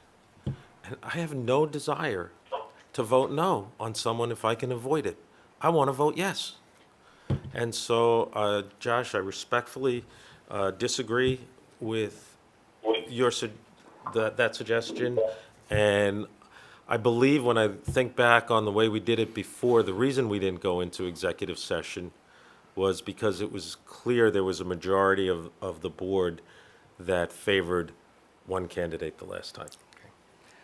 Okay, as I said, I think my suggestion gives that option that you can vote yes, you don't have to vote no on anybody. And 2, I really think in a situation like this, where given the way where the town is in its mental state, I think there is absolutely no reason why, as happened last time, I didn't see any offensive behavior. I don't see any reason why all of this discussion cannot happen out in open session. I think even the implication or the optics of a secret decision in this situation, in this time frame, I just don't think is sending the right message. So Colleen, you heard Josh wanting one procedure and Jerry and I wanting a different procedure, and was wondering where you come out on. I think that it probably doesn't matter in the end. I think that the idea of doing this like an open ballot, the one probably disadvantage to it is, you know, if each person gets one vote, then we're still going to end up in the same place where we still have to have a majority. And I think that Jerry and Gary, the whole point of trying to get a consensus is so that if somebody makes a motion for somebody that they individually want, and it's not with the consensus of the board, then the consensus of the board ends up having to vote no, and it's uncomfortable for not just the board themselves, but also for the person and everybody else in the room. And if there's a consensus of the board that there's somebody who's going to be able to fill this position temporarily and do the job best, then it's better to just, you know, be able to have the support of the board at the very beginning and not have that uncomfortable having to vote no on somebody, not because you don't think that they could do a good job, but because there's somebody that you think just fits the job profile a little bit better. The only other thing that I wanted to add was just that along with the criteria that Jerry put forth was just that we are a diverse community, and that's a little underrepresented on the board, and I'm not just talking about gender, and so that is something that I take into consideration too, that it's age, gender, and interest. Well, by age, I think you're referring to the fact that Jerry and I are both 22. Yeah, that's exactly what I was thinking. Yeah. We more than compensate for age. Yeah, sorry. All right, so this is not a decision item tonight. So I think we have a general sense of three of us on this, but it's not a decision item. So we can, I think it's clear that November 14th, November 7th. Oh, I do want to address your comments about, you know, some of the criteria, and I think making the budget meetings is important. Budget experience is important. Familiarity with governing local government in particular and Shelburne. I think that's important. Understanding the issues, recognizing the largest issue that will be facing whoever we appoint is the budget. That's cool. And, oh, then you had the point of, will the person run in March? Now, we can't force someone to say, you know, one way or the other. No. But I think it's a legitimate point. It's not, to me, a necessarily make or break point, but it is a factor, and I generally agree with you. And I remember from 3 years ago, it was a factor for the board to have someone who wasn't planning on running again, but it would be up to that person. I mean, it's not up to us, you know. So, Lee Crone, you have a comment about this? I have something. Sure. That's right. I mean, it can wait, but you'll like it. Good. I hope it's about the Yankees. Thank you. Lee Crone. I'm here on my own and speaking as a representative. Spent most of my career in municipal government, and I would just ask that you consider that criterion that you hope the person who steps forward won't want to run again. And the reason I ask that you reconsider that is you're coming into what is arguably one of the most complicated times of your year, coming into the budget season as you've described.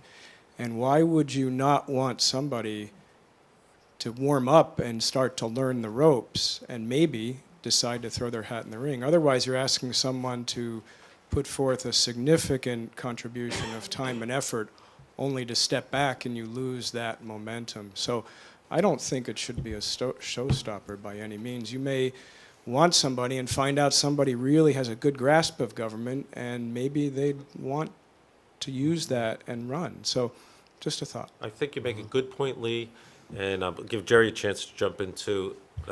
My thought on that, and I think this was Jerry's point also, is I'm not interested in, I would like to avoid, if possible, giving someone an edge in running for the term in March. I don't want to politicize that position if at all possible. I want to make it a fair run for whoever decides to run. We're going to have 3 seats open at least in March. And so there'll be a 1-year seat, 2-year seat, and a 3-year seat. So I think you make a really good point, Lee. But I think that the flip side is also a consideration, and that's why, for me, my belief is it's something I would consider, but I think the phrase I used is it wouldn't be a make or break issue for me. So, Jerry, Anyway, I think not you brought looking it to up first. elongate the conversation, just Okay, wanted to make that thanks. suggestion. Thanks. Go ahead, Jerry, you want to say? No, I mean, you're very right. It's the same hope right now that we will discover, in effect, fellow residents who have an interest and who are motivated to step forward. You have no idea what wealth is in the community in terms of individuals, and the hope is we express often and with great sincerity that anybody who's got any interest is more than welcome to apply and come talk to us and so on and so forth. I just think if you look at it from the opposite side, Lee, someone might be motivated to take on the appointment and seek it for the fact of having a leg up in an election 2 months later. So it sort of depends on what side you look at it. On the other hand, it's not enforceable. It's not a legal obligation. It's nothing more than there might be a preference, and there hopefully will be those who feel that their work in the budget will not go unrewarded, but they don't have to be around to be responsible for it, right? Thank you. I've seen 2 hands up, people who'd like to speak. Just to have an idea, is there anyone else who wants to speak on this? 3? Anyone else? Okay, so we have Sean Moran, Chris Boyd, and you, sir. I don't know your name, I'm sorry. Peter. Peter. Oh, okay, so, Mr. Moran, would you like to go first? Just a quick point to the gentleman's thing. It would seem to me, first of all, anybody who's rerunning, you, and whatever that chair would be, has a leg up anyhow. You're an incumbent. You have a leg up already. That's what we're trying to avoid. Well, you can't avoid it with, You can't avoid it with an incumbent. Sure, You sure, can. Yeah. but it would seem to me, if you're asking a person to come in the midterm or, to fill out the rest of it, you would want that person to be devoted, and you would want to have that person to say, yes, I'm doing this so I can continue what I want to do with the town, and not in any way discourage saying, well, if you're thinking of running again, that could possibly be a mark against you. I think that defeats the whole purpose of filling that chair. Okay, thank you. I think you make a good point. Sean. I think you make a good point. Mr. Boyd? So, I would echo what they've already said, but just keep an open mind, because yes, they'll be the incumbent going into the next election, but it also gives the voters a chance to evaluate their performance and see if there's somebody they It's a want to vote legitimate for. point, too. So, It's a good point. and for the person who is willing to accept it, they may go into it thinking, yes, I have this interest, and find out, no, I don't. So it can go either way. Just keep an open That's mind with it. definitely a fair comment. Yeah. Peter, would you like to, and please, I didn't get your last name. Peter Regan. Yeah, I would be careful with that, because are you going to ask the candidates if they're going to run again? And you can get into a mess here. I wouldn't go that route at all. Okay, again, good points. I think all of these are good points. It's tough. Josh, do you want to weigh in on that one, too? Sure. I mean, I think, one, I don't know where to start. I mean, you've already said, the budget is a significant issue here. And so this will shock everybody here. But having been able to watch the previous selection process, Gary made some comments which I 100% agree with. Okay? 10 minutes. Wait, can you say that again? Yes, I will, and I will even state them. These are because I think they are really. This is the comments from 3 years ago? 3 years ago. I just thought they were so good that I really want people to hear them. And you said that the ideal candidate is someone who is familiar with budgeting, which you've said. Someone who's familiar with municipal budgeting. Someone is familiar with Shelburne municipal budgeting. And someone who is recently familiar with municipal budgeting. In Shelburne. So. I think that's pretty clear. Yeah, I thought they were great. I thought they were great statements. And one of the things that other people brought up is the really ideal or a really good person to put in that slot is someone who's been on the select board before to fill that slot, because they come in with that. And I think you just summarized it so well, and that's where it led to. And that's what that decision led to 3 years ago, is that having a former select board member who has all that experience fill that spot. It deals with all of those other issues that people have brought up, which are great issues, but at least it gives you the experience, and it fills the need without having that ramp-up time. Because as you say, we got to start doing this. And so I just thought those were wonderful. I mean, it was. So clearly you have a candidate in mind. No, not necessarily. I think there's lots of candidates who could be. I mean, I'm just saying that was something that was brought forth, and 3 years ago, that there was a fairly good unanimity of that purpose. Okay, so it's not a decision item, but do we have a general sense of the board that we're encouraging people to submit any materials if they're interested to the town manager on or before November 7th? Just a general sense. I mean, we can have another item on the next meeting just to put a drop-dead date on there. So could you just add something so we can have that? Selection criteria obviously is an individual choice, but I'm glad you brought up some points, and I think the discussion was good. There's different ways to look at it. Everyone will have their own viewpoint. Everyone will point to things that people say or have said to promote whatever candidates they're in favor of. We will, and everybody will make their own decision. I do hope it's 4-0, but we'll see. If you could have another agenda item I think it's just for a drop-dead date for materials. Yeah. Is there anything else you think, Josh or Jerry or Colleen? Okay, so hopefully that'll be like a 1-minute agenda item, because it's just a drop-dead date. And if you could please, Joe, I'd be in favor of you posting something on Front Porch Forum or a little note in the Shelburne News, encouraging people to submit whatever they want to be.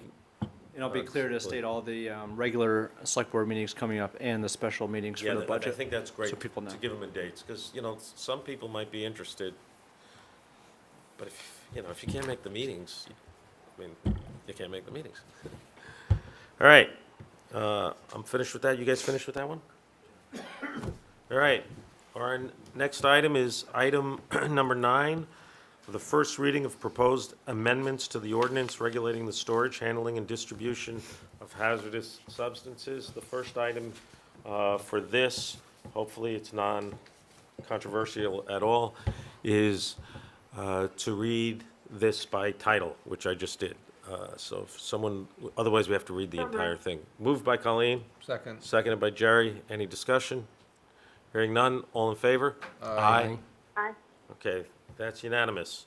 So we had the original ordinance passed on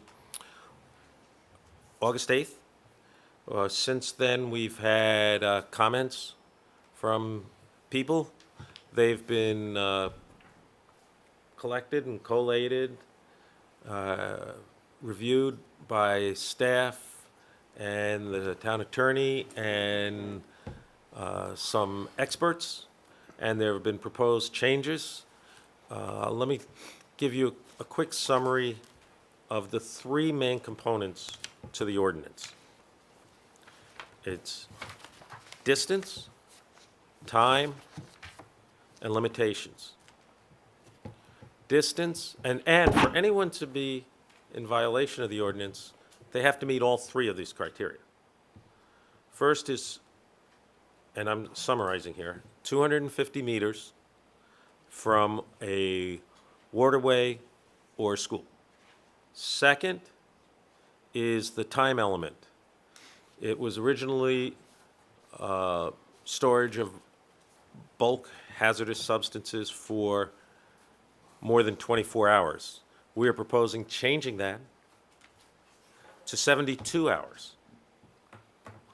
The third is the limitations, which are set forth in the table at the end of the ordinance. And so for anyone to be in violation, they have to have all three of these. The idea is to provide a balance between the great inherent risk of bulk storage of hazardous materials with a balancing of not placing unreasonable burdens on economic activity or commerce. So those are the main components of this. We've made these changes, proposed changes. They've been posted on the website. I think the latest change, which was the 24 to 72 hours, is on the website now, right, Joe? Yeah, the latest version is up there. Okay, so it's up there, so everybody has it, everybody knows about it. We already voted to have this first reading today. The second reading was already voted upon, and that's for our next meeting on October 24th, followed by the public hearing on that, in which time the board can choose to vote on all these proposed amendments. So I think that's a summary of where we're at. Joe, is there anything you want to add? No. Okay, so, and everybody knows what the proposed changes were, if they did the research. I'm not going to, I gave you the main focus, and it's on the website. I'm not going to read the whole ordinance. That's it. Joe, Jerry, Josh, you have anything you want to say? Go. I have some comments, but I just as soon wait for the public comments, and then I'll finish. I'll respond to those. Okay, Colleen, do you have any comments? No. Okay. And you guys prefer to wait? I think we are here. Okay, so our rules of procedure provide for 3 minutes for anyone who has comments. All questions are to be directed to the board, so if you disagree with someone in front of you, please don't attack them. Just bring your questions to us, and we'll go from there. So, who would like to go first? Peter Regan. Hello. I guess my question is, would the road salt be considered hazardous? And I followed the railroad thing very carefully, like a lot of residents have. And there was an interesting article in the Free Press where the reporter characterized this as a thinly veiled move against the railroad. And I've sort of felt that way too. And I just would like to know more about this and why the timing and the whole thing. If road salt's included, I think I caution, more controversy. Okay. Oh, by the way, that brings up something, Josh, you brought up something about a requested agenda item to address road salt at all in Shelburne. So, Joe, if possible, let's put that on for the first meeting in November, and I wanted to give you a heads up so you have time to prepare whatever materials So that would be you wanted. on the 14th as The well? November 14th, unless something pops up unexpected. All right, so to help answer your questions, we had one member of the board who suggested we ban road salt outright. I will tell you, I did, when I got here today, I received this note from our highway supervisor, and he called me also a day or 2, 3 days ago, telling me that he had heard there would be a motion to ban road salt tonight in its entirety, and I told him that I didn't think that was going to happen. So, but he was, his position is that he's not making any position in this note about the salt sheds that are in Shelburne. He's just saying that the use of salt on the roads is better than using sand. But on November 14th, I'm certainly going to reach out to him and see if he wants to come and give his opinion. But I wanted to give you a heads up, Josh, so you have plenty of time Thank you. to prepare.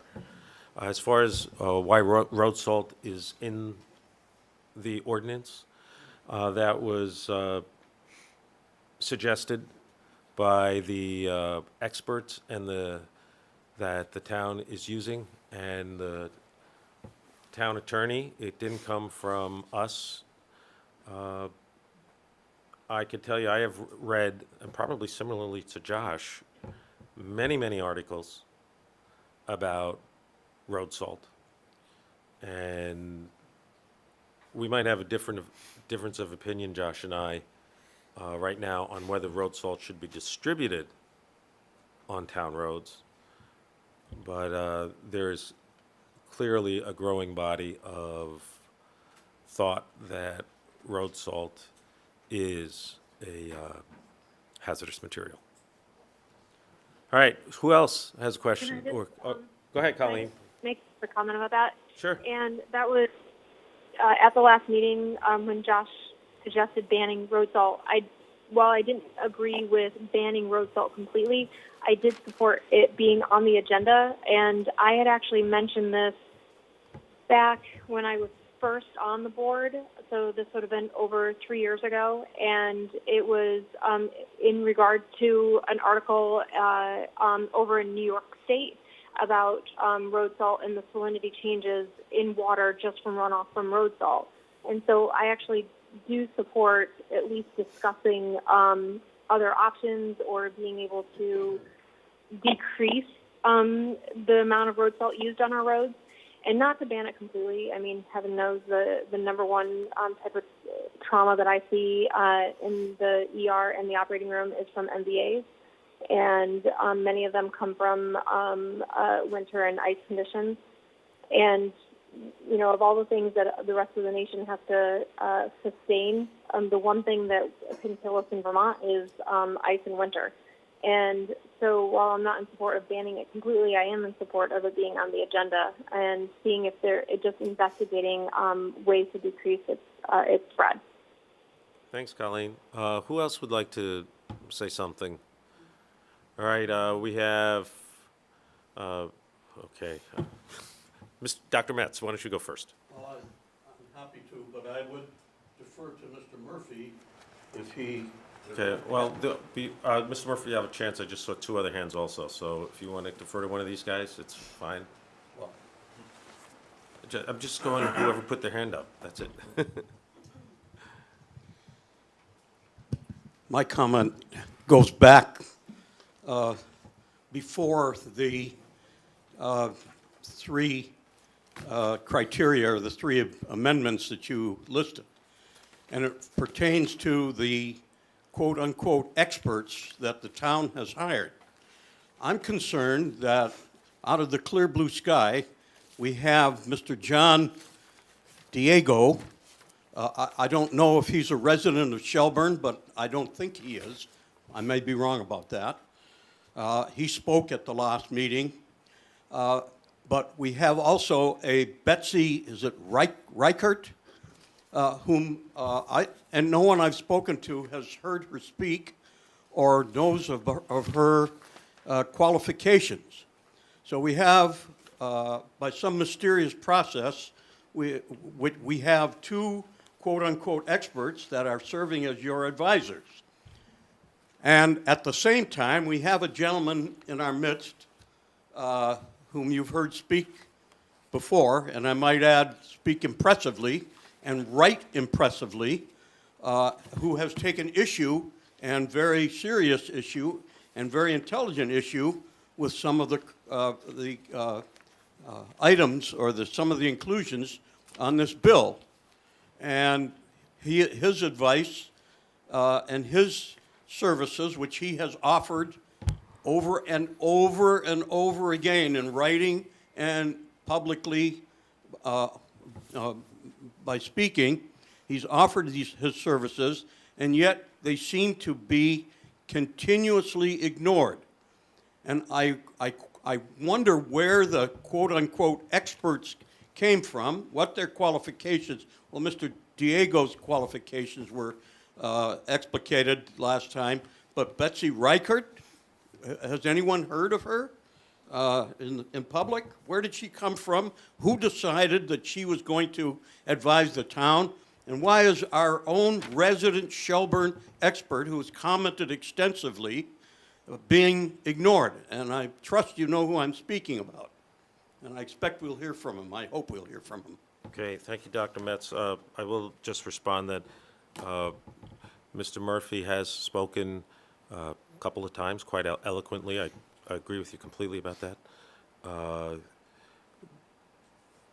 I might disagree with you, or I do disagree with you, in that his comments have been presented. Joe has taken those comments and passed them on, and some changes have been made to the ordinance. Some limitation changes have been made. And by the way, the characterization of those three things I said, they were not all amendments. The 250 meters is not an amendment that was in the original, just to clarify that. And Mr. Murphy has spoken. He's been heard. He has spoken, I think, 3 times. Give or take. Yeah, that's fair. And we've listened to him, and our experts have considered that, and we are constantly, at least this is what I'm doing. I don't know what everyone else on the board is looking at.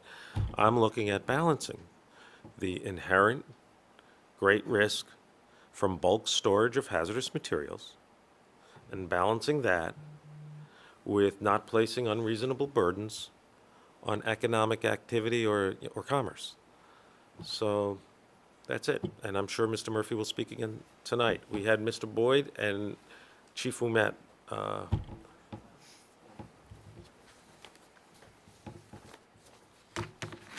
I don't have a question. I just have a point of clarification on one of the slide presentations. There's a particular reference made that stated that Shelburne's emergency response capabilities are not sufficient for potential disasters considered by this ordinance. And that was followed by a statement that this was a concern and had been brought up in meetings in the past. First of all, I've never been involved in any meetings in this town where there was a concern of our emergency response capabilities or to this ordinance or any calls or responses in Shelburne. My question to the committee is simply how they possibly would know what our capabilities are. We have never been involved in any way with the writing of this ordinance, nor were we contacted in regards to what we actually have for resources. While I'll stand here and admit we certainly are not capable of handling anything the size of the magnitude of the accident in Canada that was portrayed in the video, I can also confidently say that, with the exception of larger city professional fire departments, there's not one volunteer department and very few paid departments in this country that could handle a disaster that size. This is the purpose of the mutual aid system in the fire service. It's in every department across this country, volunteer or paid. It brings in resources necessary to deal with such an incident, whether it be a hazardous material incident, a wildland fire, a natural disaster, or even a residential structure fire. It doesn't matter whether you are a paid professional or volunteer firefighter. We all require the same training, take the same classes, need to meet the same recertification requirements, and respond to the same types of calls. I would certainly urge that before they speak to the capabilities of the emergency service department in any town, that they engage in a conversation first. Thank you. Mr. Boyd, do you have something?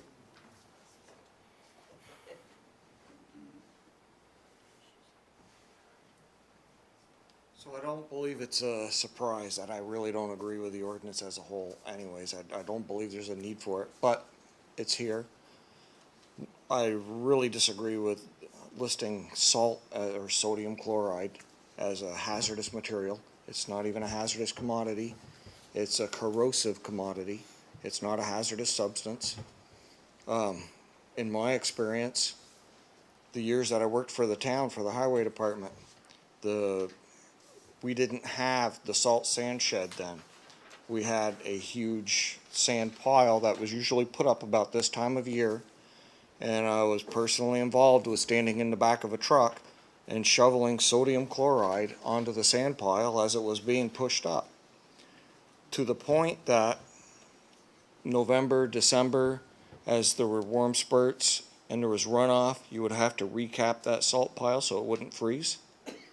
And the salt runoff headed to Turtle Creek would turn the access road around the backside totally white. I haven't seen Turtle Creek turn into the Dead Sea yet. So I really have an issue with hearing that sodium chloride is a hazardous material, and the concern is that a state-of-the-art facility that's built is going to turn Lake Champlain into the Dead Sea because of 11 feet of water floating out the facility. There's been a lot of sensationalism. There's been a lot of heartstring tugs trying to get everything pushed through, and everybody really needs to take a breath, look at the reality of everything, and appreciate the comments that are said by everyone, not just by a select few. I'm not sure that the experts that have designed this are fully understanding just exactly what they're saying, but that's my own opinion. Okay, thank you. And I will ask for Dr. Metz's comment about, I think he made a good comment about knowledge of the expert's background. John Diego did come, and I think it was your comment, but whoever's comment it was, I think it's completely legitimate. And so I will ask for some background of these people that can be presented so everyone can see their background and understand what their experience is. And I'll ask to make that completely public. I don't see any reason why it can't be. So I agree with that comment. Thank you, Chris. Do we have anybody? I thought I saw somebody in the back. Maybe not. And by the way, these are for amendments. The ordinance is in place. These amendments are address in great part the limitations. We had Mr. Cotter was very effective in his presentations. I'm sorry if I mispronounced your name. And some of the limitations having increased, and it's all part, in my mind again, to do a balancing against the risk and to make sure that commerce reasonable, there are no unreasonable burdens on commerce. And so as a result, those limitations have gone up from, in some cases, from 275 gallons to 2,000, I think. So who else would like to speak? Mr. Murphy.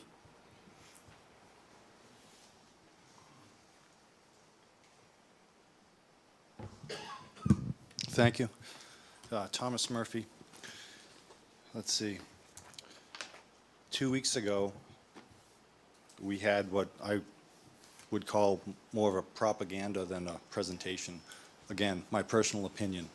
I didn't appreciate the horrific video of the town. I discussed that. You heard what I had to say. Following that meeting on October 3rd, I submitted to the board a 17-page document, 4 pages of questions, or a combination of questions and concerns. My first question is, will those questions be answered to the public from the select board? Okay, I'm just going to listen to your whole thing, and then I'll respond to everything at the end. Okay. I have had multiple conversations with Joe, and I appreciate all the work you've done tracking me down. Joe's a very busy man. I'm a very busy man myself. He's gone above and beyond to track me down with emails and phone calls. I haven't received any phone calls or emails from select board members regarding my questions. Joe did his best to answer some of these questions, but he couldn't answer them all. So I'm hoping tonight we get some answers. And I do hold the board responsible for answering my questions because this isn't Joe's hazardous ordinance. This is the select board's hazardous ordinance. You know, the town manager didn't call for this ordinance. He didn't hire the town lawyer to write it. The select board did. So I'm really hoping, and I think the town is hoping, that there can be some true transparency and some communication from the select board to us, to those individuals out here asking what we feel are very important questions.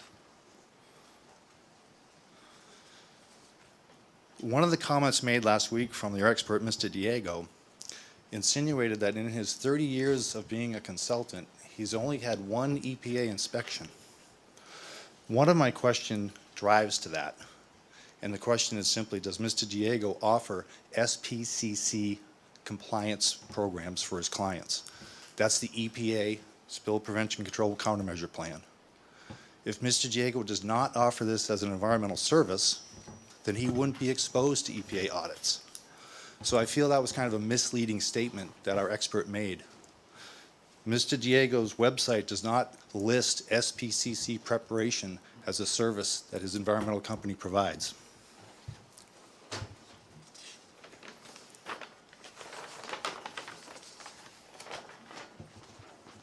Moving on to another subject. If Judge Sessions rules that this ordinance cannot be applied to the Vermont Rail facility, will the Select Board appeal this decision, thereby spending more taxpayers' money on legal fees against this facility?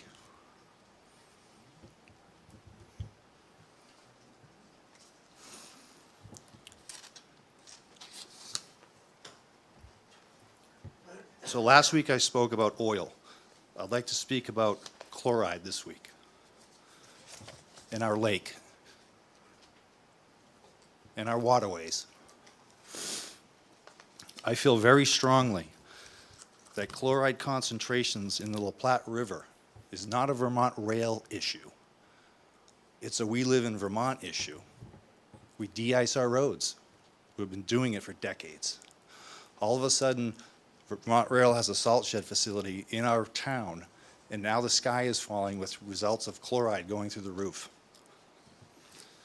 I have a number of documents, independent documents, and I think that's very important. I'm not a consultant for the rail. I never was. I don't know Mr. Wolfson. I'm not using his consultant's data, just as I'm not using your consultant's data. Independent studies done by various groups. This first one, Winooski Natural Resources Conservation District. I'll read two quick things.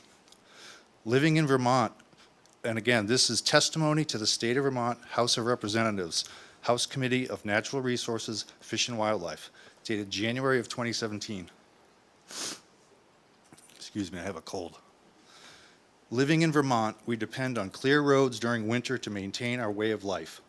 Organizations, agencies, and municipalities throughout Vermont understand that there is an impact to the environment from road salt application practices. We must find the balance that protects the environment and still allows for safe roads. I agree. In addition to road salt application, sodium chloride can make its way into the environment from wastewater treatment effluent, landfill leachate, chemical fertilizers, and salt storage. These are generally small contributions and localized. Small contributions. If we are going to scrutinize our industrial facility down the road, we must also scrutinize our wastewater treatment plant on the other side of the road.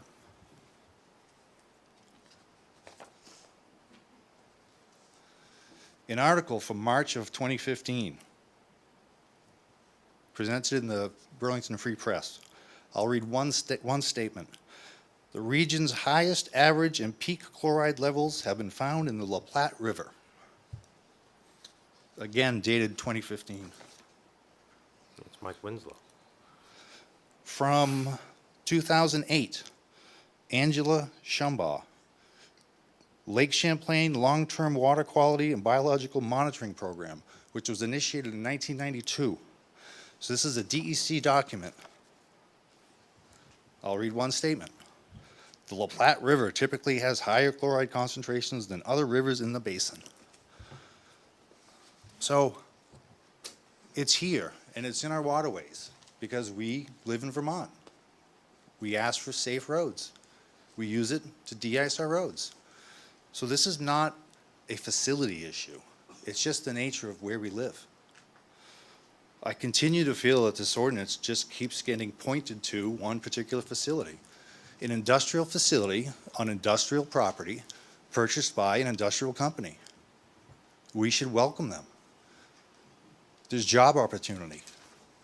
There's 80 or 100,000 ton of salt in this facility that keeps not only Shelburne safe, but all of Chittenden County and other regions throughout the state. We should work with them. I've visited the facility. And when it comes to respect to freight and transport that your consultant mentioned 2 weeks ago, freight and transport modeling is industry standard. You have a chemical of concern, where's it gonna go? Well, first, it has to get there. It has to get into the environment. It has to get into the groundwater. It has to move. This facility stores salt on non-impervious surface, asphalt. It's covered with a beautifully designed building, 2 buildings. It has 10-foot poured concrete walls. The exposure to the elements just simply isn't there. Salt comes in on a train, it belly dumps into a pit, it gets conveyor belted up into a truck, in a dust-controlled facility with water suppression as necessary. It's moved into the storage facilities, and it's managed and handled professionally. Excuse me 1 second. We have our rules of procedure provide for 3 minutes for comment, but we can extend that if we choose, and I choose to extend it. And I was just wondering if you guys do also? No, certainly. Colleen, do you agree with that? Just want to, because we're Yeah. clearly over 3 minutes, so, but I'm in favor of extending it, you know. All right, so I don't think we need a vote. Everybody's in agreement. All right. Thank you. You're welcome. I do get long-winded, I know that. My original point when I came here weeks ago, we don't need this ordinance. The rules and regulations are in place. I came here originally because I was so concerned about the tax money being spent on frivolous lawsuits, and I don't see an end to that. And then as I sat here and listened to testimony provided, I had to question it. This has been my profession. I've offered help. I'll continue to offer help. But as I said last week, I'm not impressed with the presentations. I'm not impressed with this ordinance. I really think it should be rescinded. Okay, thank you. Please, if you could come up and identify yourself. Lisa. Okay, I'll answer some of those questions. And then Lisa Bigo. Some of your questions relate to attorney-client advice, so I can't answer those. Most of your other questions were responded to by Joe Colangelo in an email. Some of your comments about EPA inspections and your list of inspections, I was told that most of that list did not address what this ordinance does, which was inspections for bulk storage of hazardous materials. In regard to your question about Judge Sessions, will the Select Board appeal this decision? That's a litigation strategy question. I'm clearly not going to answer that, and I'm only one of 5. As far as chloride and the lake, all of a sudden Vermont has a railway facility here you brought up, and chloride. And you talked about the safety measures there. I can also tell you that there have been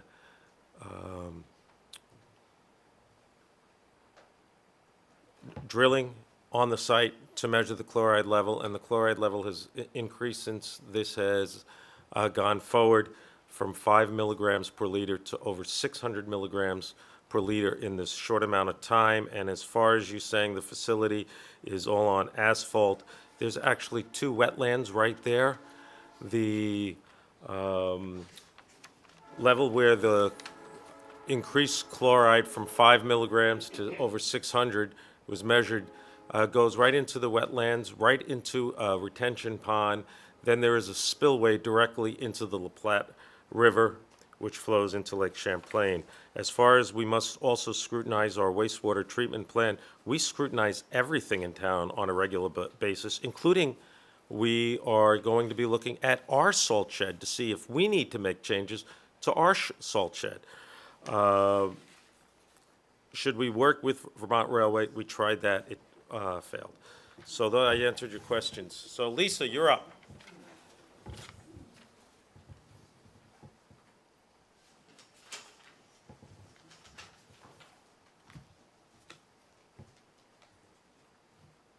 Hi, Lisa Espinche. Just a quick comment. To me, I do support the ordinance, and the key piece is scale, and perhaps a little bit of road salt, the way that we're used to, is something that the town and the state has tolerated. But we're talking about a massive amount being stored.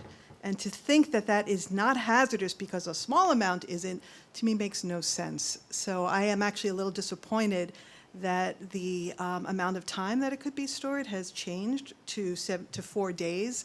3 days. 3 days, 70, okay, for 3 days instead of 1 day. But I strongly support this staying in place. So thank you. Thank you. And that's a proposed change.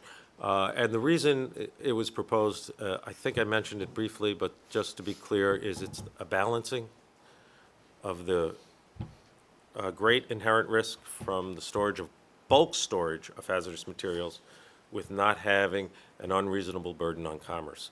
So who else would like to speak on this?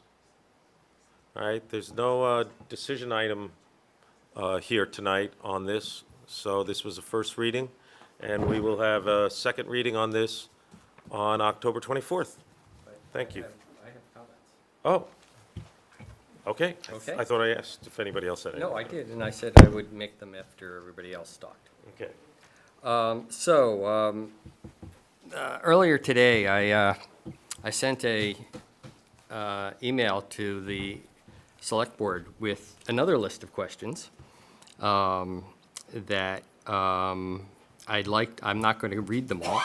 I'll give you a summary, and I have copies of it if anybody's interested to see what the specific ones.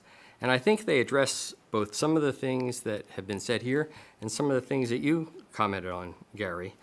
And what I'm hoping is that, and I may have it be in a different position than others, that I recognize that many of these I can't get an answer to tonight, but I expect that I can have answers in writing by the next reading, because I think it's important to know where this information, I think you said we're looking to base this information on data.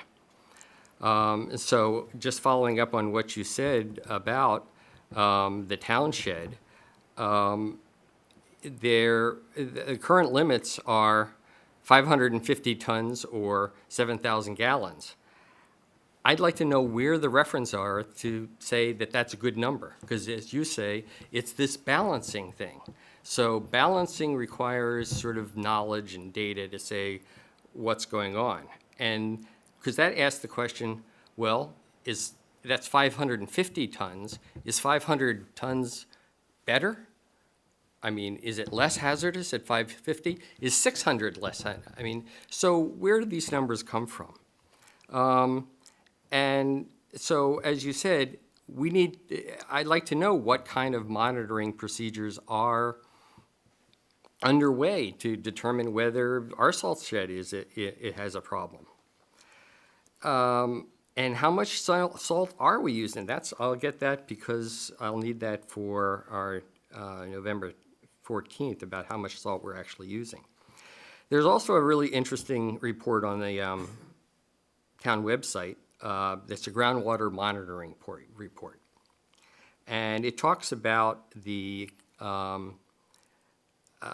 volatile organic compounds and perfluorinated compounds that are a hazardous waste from the former harbor industries.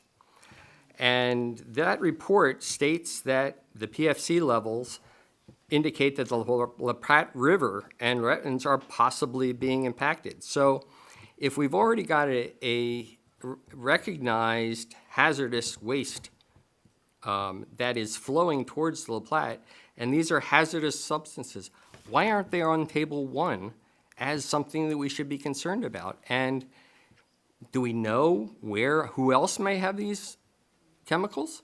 I mean, how are these choices made? The Agency of Natural Resources has a website that you can look up how many underground storage tanks exist in Shelburne. And that database says there's 10. That also says there are 6 sites contaminated with chlorinated solvents, heating oil, and gasoline. And 6 indicate that these sites have sensitive receptors that are threatened by contamination. So if we're concerned, the ordinance says it's concerned about the health, safety, and welfare of citizens, then if these substances are dangerous, and as you say, this balancing act, why are there exemptions?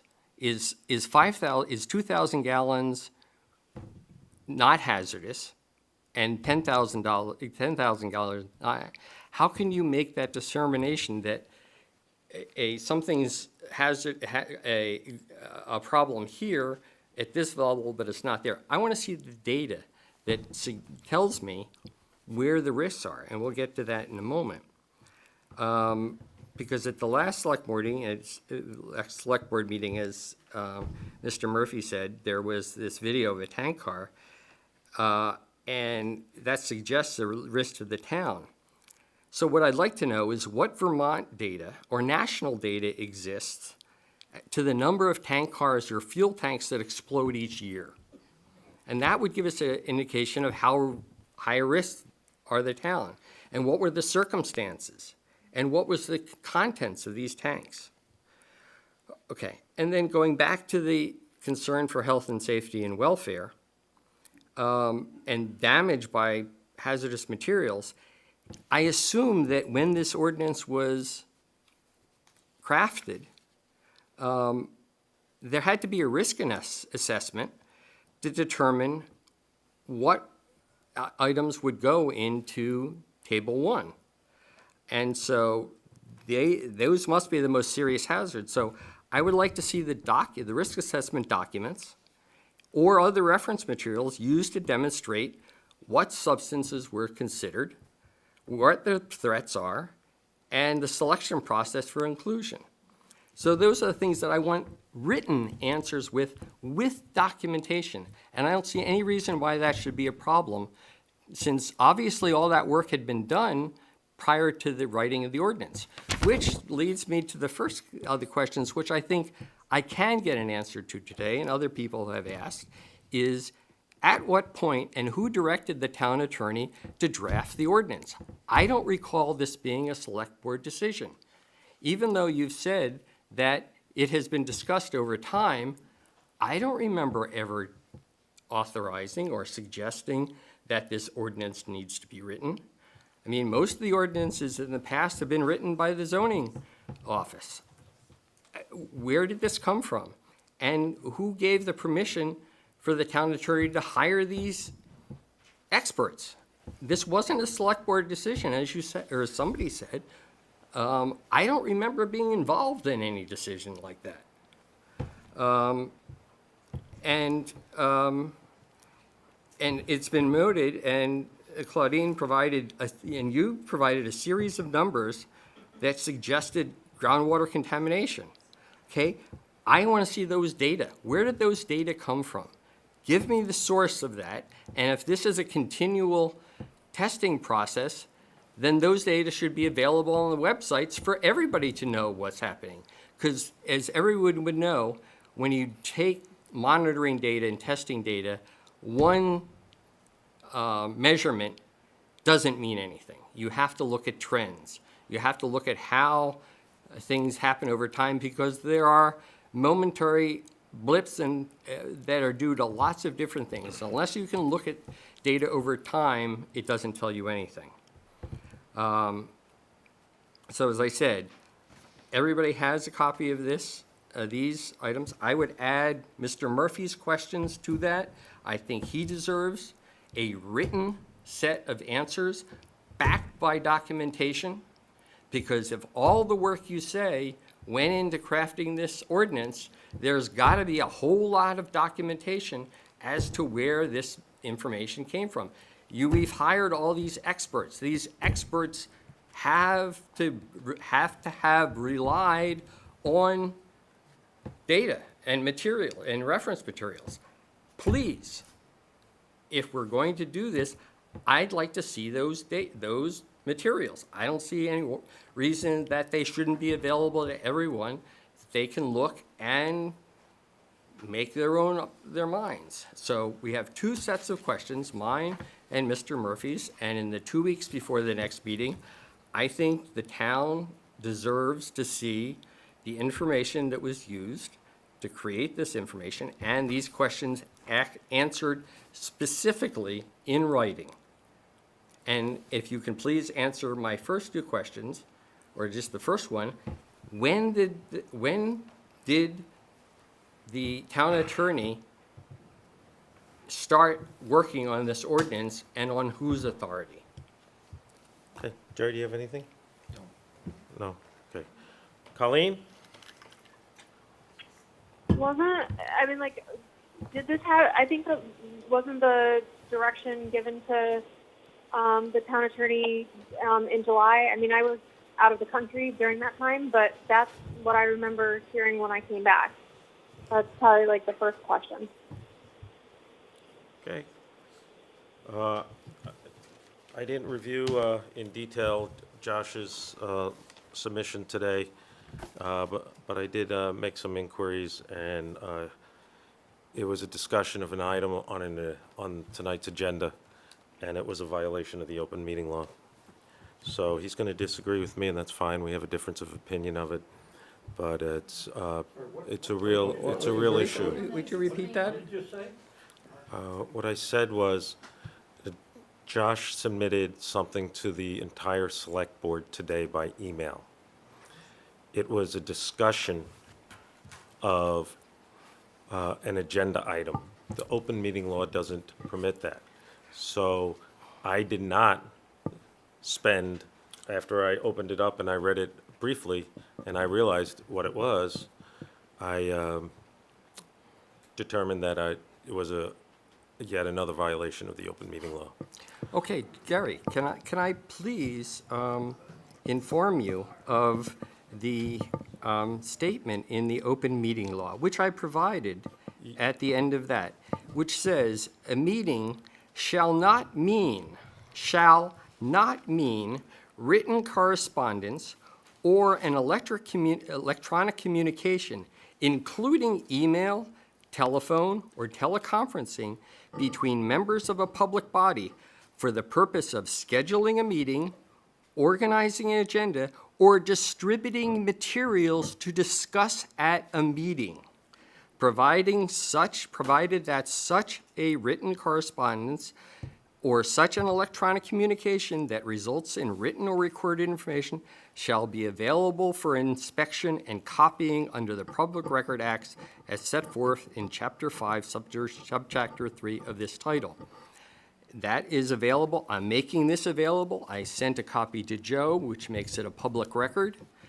I would really enjoy hearing an explanation how possibly that could be a violation of the open meeting law. Would you really want me to explain the background of the open meeting No, law I and want how you you to- have violated it? Because I prefer not to do that, and that's why I made my statement. That's fine. That I believe your email today was a violation of the open meeting law, and that in all likelihood you believed otherwise.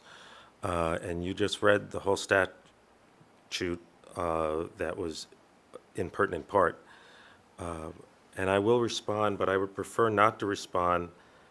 I'll leave it up to you if you really want me to respond. I prefer don't- not to respond. It's up to you. You That's want me to fine. respond? You don't,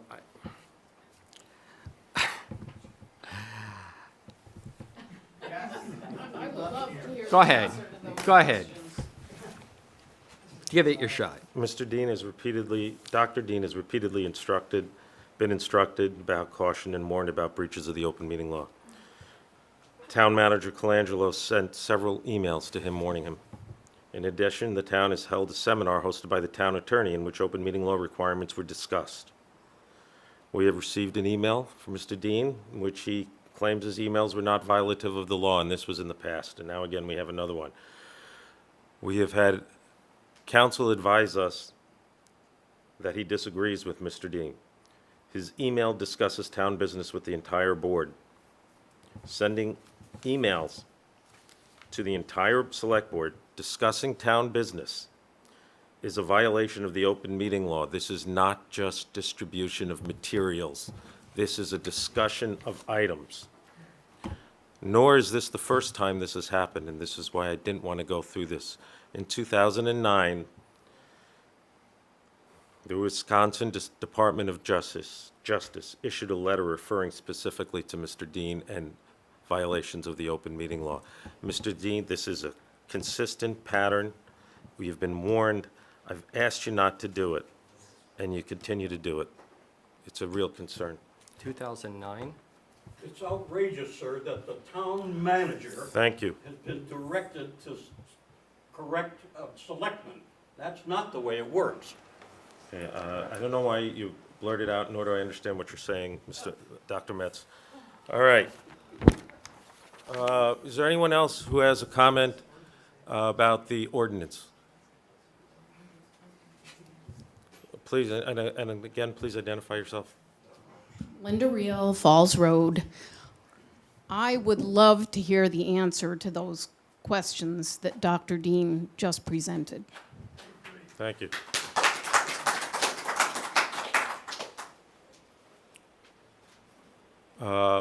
Has everyone had a chance to speak on this? Who wants to speak? I see your hand. I'll give you a second shot. Oh, a clarification, that'd be great. I just want to give everybody one chance first, you know, just courtesy. So, Mr. Murphy, please, your clarification.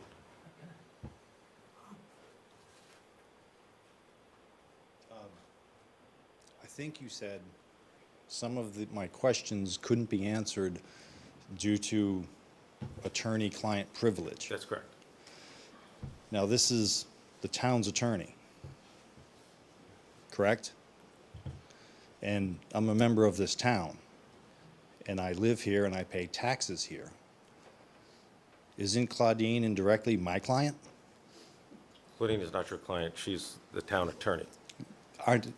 Yes, I'm questioning your dismissive approach to my questions. You said lawyer-client privilege prevented you from answering my questions. Said some of them I can't answer because of attorney-client privilege.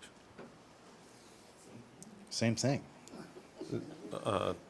So, could you, I mean, I don't know law, but I do know that my select board hired a town lawyer and town experts, which basically means the board and those you hire represent the town folk, the voters, the taxpayers. Are you suggesting that anytime the select board gets legal advice on a matter, that legal advice be shared with everyone in town? Because that's what it sounds like to me. What it sounds like to the whole crowd is we need more transparency. Well, we're trying to provide that. You don't. You don't. Well, I'm You going to don't. disagree with you. I understand if you have a disagreement of opinion. The steps we have taken to be open and transparent here are a dramatic departure from the way this town was run for years. And I've gone through those steps, you know, and we have all the materials that we get are presented to the town, the entire town, except for confidential materials such as employment issues, attorney advice, things like that. Everything else is posted on the town website. It's in the annotated agendas. It's in an email distribution list. We provide all these materials. That wasn't done for many, many years. So I'm sorry that I can't provide you information that relates to attorney-client privilege. I can't do it. All right, thank you. All right. Can I ask another question? Sure. Thank you. And it goes back to getting answers to questions. You know, during the presentation last week, you made it clear, you had the approach was the town lawyer and the experts would present, and then you would take questions, and you would write questions down, and you would take notes of all the questions. And then, if time would allow, your experts would answer those questions. You deviated from that approach after the very first question was asked. You called Claudine up to answer the very first question, and then she subsequently called up Mr. Diego to continue. So it seems that these meetings are run your way. You accept questions and answer questions for your agenda. It seems like certain members of your own board are left in the dark. So I think I speak for a lot of people in this town. And we come here and we hope for clarity. We hope for transparency. We hope for answers. And then we leave here saying, well, same old show. Same old dog and pony. I'm going to leave here tonight without answers. And that's a shame. Thank you. I do point out that everyone has a chance to speak here. Everyone. Sometimes you ask questions. Sometimes they invade the attorney-client privilege. If we have received confidential legal advice and you're asking for that, we can't provide that. I'm sorry. It went through, we had a similar situation with the police chief. I'm sorry. That type of information cannot be provided. All right, so that's it for this item. Now let's move on to the next item. Our next item is item number 10. Review the capital improvement plan and ratify public hearing notice for October 24th. Joe, do I turn this over to you and/or Peter? Peter's probably the guy, but at the last select board meeting, I got my wires crossed, and so I had the select board pass a motion to warn it for. Excuse me, if you could please keep it down, just step outside. We're still continuing the meeting. So I think I had the select board actually make a motion making the public hearing for October 10th, but originally I was thinking October 26th, so we warned it in the paper for October 26th. So I'd like you to make the motion tonight just to ratify that the actual public hearing for the capital improvement plan will be at the next meeting. And then Peter can go over, I don't know if you want to go over any changes between where we were at last time. Yeah, just to summarize, this is an annual process that we go through to update the capital plan. It's a 6-year plan of capital projects, starting with the current fiscal year we're in right now. This is the third meeting that we've presented the list of projects. Last meeting, there were several questions relating to certain items. I've tried to answer those in the memo that the board received, which is also online with the agenda notes. We'll post this draft after any changes tonight. And as Joe said, the public hearing would be the next meeting. It's an annual process. It's a 6-year plan. The only projects that are funded are the projects in year 1, which is the year we're in right now, that have been either included in this year's budget or passed by bond vote. The projects in years 2 through 6 are not funded. They are really a plan, and again, this is really a planning tool to give the board and public a sense of what kinds of projects we see coming up over the next 6 years. So with that, I don't know if you have any questions or any other issues that you'd like to bring up before we finalize the version for a public hearing.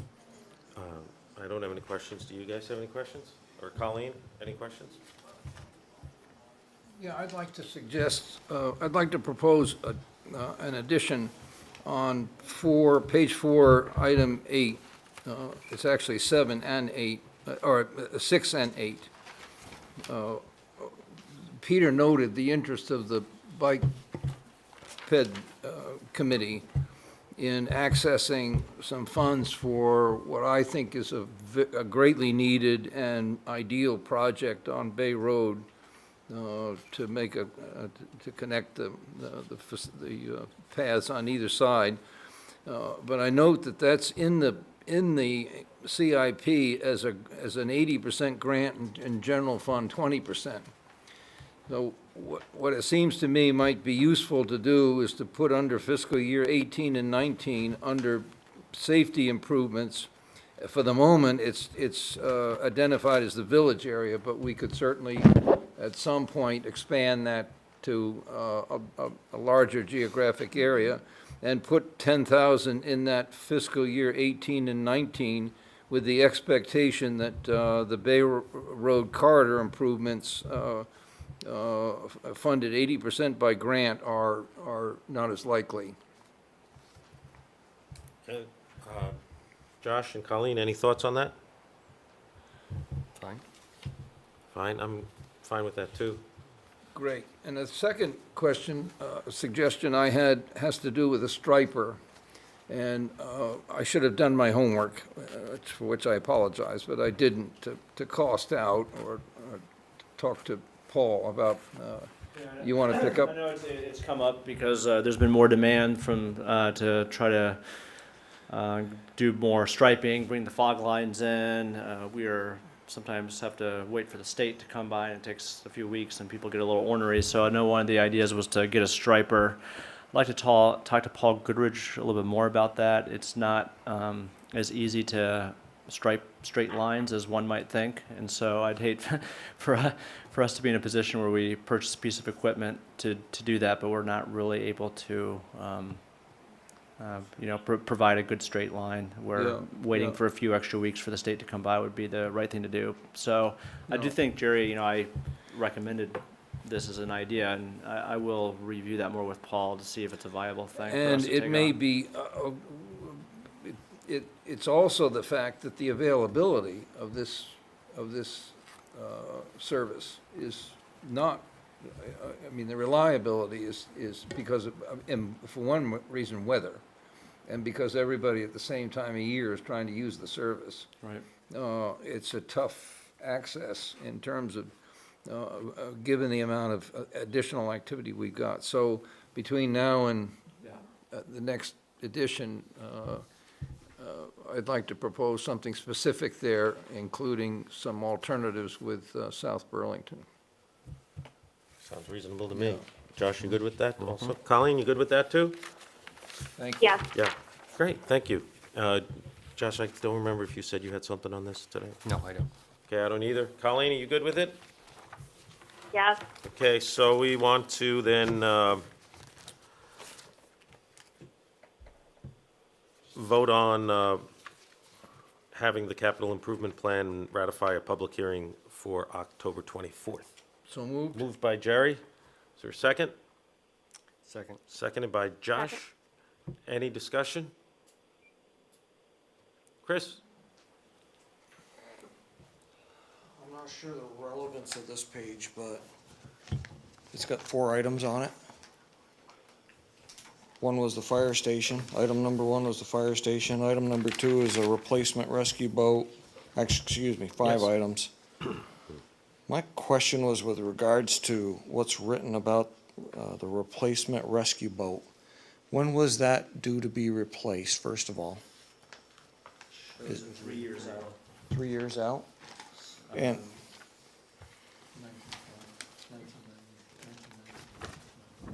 okay.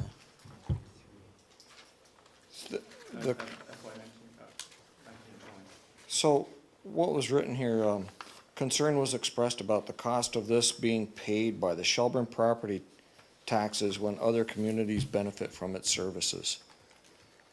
Why would that even be a concern? If we have that, we provide that function or that job, whatever you want to call it, service to the townspeople, and it ends up, Coast Guard calls it out, or Heinsberg calls it over to Lake Iroquois, whatever the case may be. Why would that be a concern in its purchase? And where does that slippery slope stop? Because the police department provide mutual aid to South Burlington Police so do you start billing purchases of cruisers to other police departments. It's a slippery slope, and personally, it almost smells of trying to be argumentative to an agency that's providing a service but has had questions about something else. I'm just jumping in Go here. ahead. I don't think there was any intent for that. I think maybe concern could have been swapped out with an awareness was expressed. I don't remember it being a concern like, Shelburne doesn't see this as something that we're willing to do. I think a more, maybe concern, a better word to use there could have been awareness, Chris. I don't think it was any intent of my recollection of any of the conversation was it in a negative way. When I read the whole thing, it sounded like there was a challenge on how can we get other agencies to aid with funding the replacement piece of equipment. And if you go down that route, where do you stop with it? Do you go, rescue goes on to mutual aid calls to other municipalities? Fire department, police department? Yeah, Chris, I don't know of anyone who is against mutual aid. I don't know Because of anyone. we get it back, too. Yeah, but I'm saying, you're making a point that I don't know if anyone's arguing with you Yeah. on that.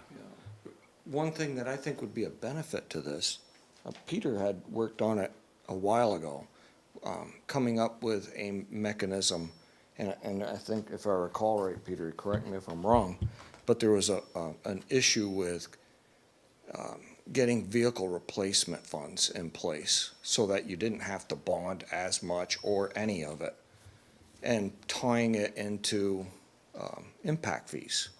Yeah, And I knew that's there was a legitimate lot of way of doing discussion. things. There's a lot of communities do it different ways. They Yeah. build up a reserve fund, and so every year they put in X amount, and after 10 years, they have 10X. Right. And it's time to buy item Y, they have it, and they don't have to Right. bond for it. And some communities do it that way, and I think it's in some ways, it makes a lot of sense. Right.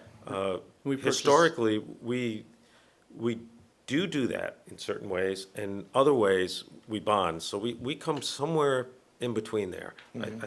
Yeah, I we think that's fair to purchased say. some piece of equipment with cash, with police cruisers, ambulances, and sometimes we will do either a shorter or longer term note. Sometimes it depends on Right. interest rates, and sometimes it depends just Right. on, so I just we have a little bit of a wanna make sure hodgepodge. instead of looking at, can we do something with another municipality to get them help pay the costs? Instead of doing that, we're researching other options that keep it the responsibility of the town, because that's really where it falls down to.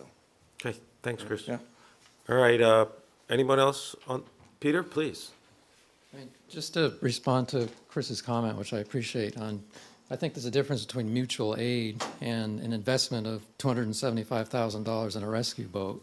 The rescue boat is out there serving the whole lake. It could be served by serving Shelburne people on the lake or other communities. I think my sense from the conversation with the last meeting of the board was there was some concern about, is there any help out there for Shelburne to pay for that large piece of equipment? Because it does serve a large area. Not that we would be charging other agencies to do mutual aid. That's a totally different issue. But is there something out there, maybe a fuel tax or something, because it's a service we don't have to provide, it's optional, but we do. One thing that was discussed when I was chief was the ability to potentially do a coin drop, like you see in other municipalities on Route 7. And the board at that time said, there's no way the fire department's getting out on Route 7 and doing a coin drop, because we're not gonna have you looking like beggars. But the other side of that coin, if you will, is it also gets funds to the agency that is providing services to anybody passing. Let me ask you, you brought up coin drop, which I hadn't planned to have a discussion, but is that something you're in favor of doing? Absolutely. Chief, are you in favor of that too? I don't know what happened years ago. It was before my time. I've been here 9 years. But personally, if you guys want to do a coin drop and you think it's safe, It would bring revenue. I don't see why we don't do it. We have the opportunity with the amount of tourism that goes through this town and the amount of events that we have in this we could town. make a lot of money, couldn't we? You can sit in front of the museum 6 nights a year for those concerts and you'd be amazed at how people who don't even come from this area or live in this area will just, yeah, you're a fire department. Okay, we'll well, give if you you money. I guys mean, are in it's just- favor of exploring this, and Colleen, if you're in favor of this, I would be completely in favor of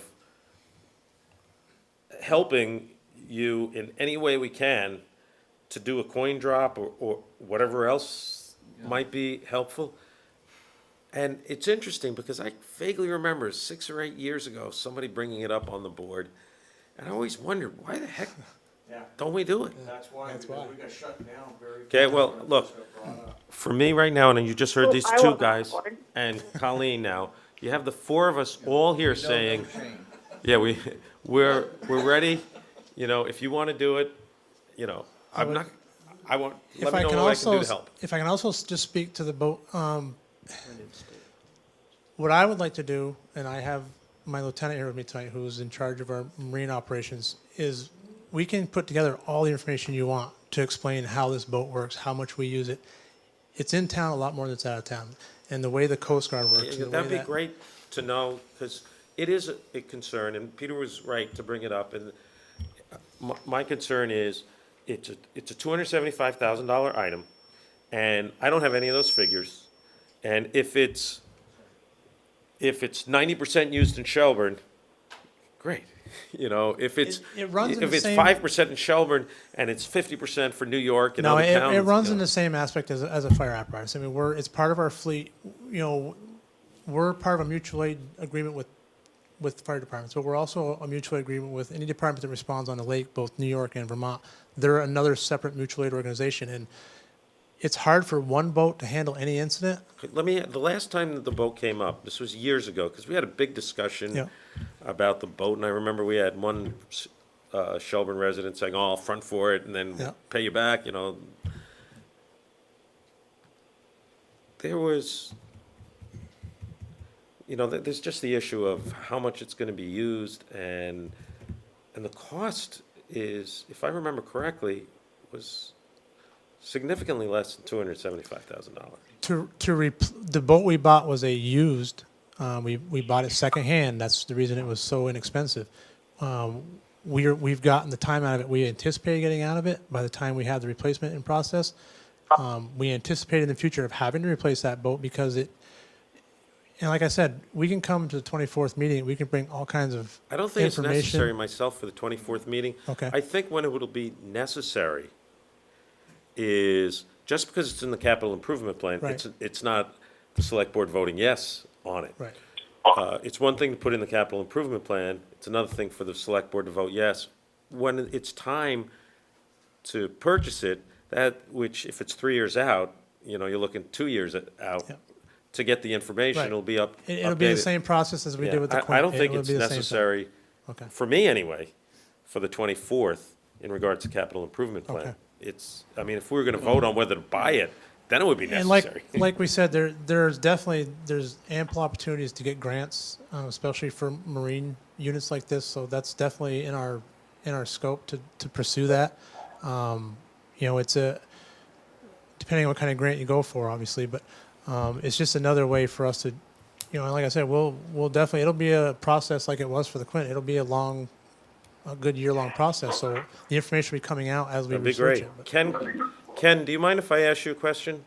Because Ken Albert was on the select board for many, many years. And perhaps you were on the select board when the coin drop issue came up before. And I'm just wondering, is there something I'm missing about the discussion that I just don't understand? I've been racking my head and my memory.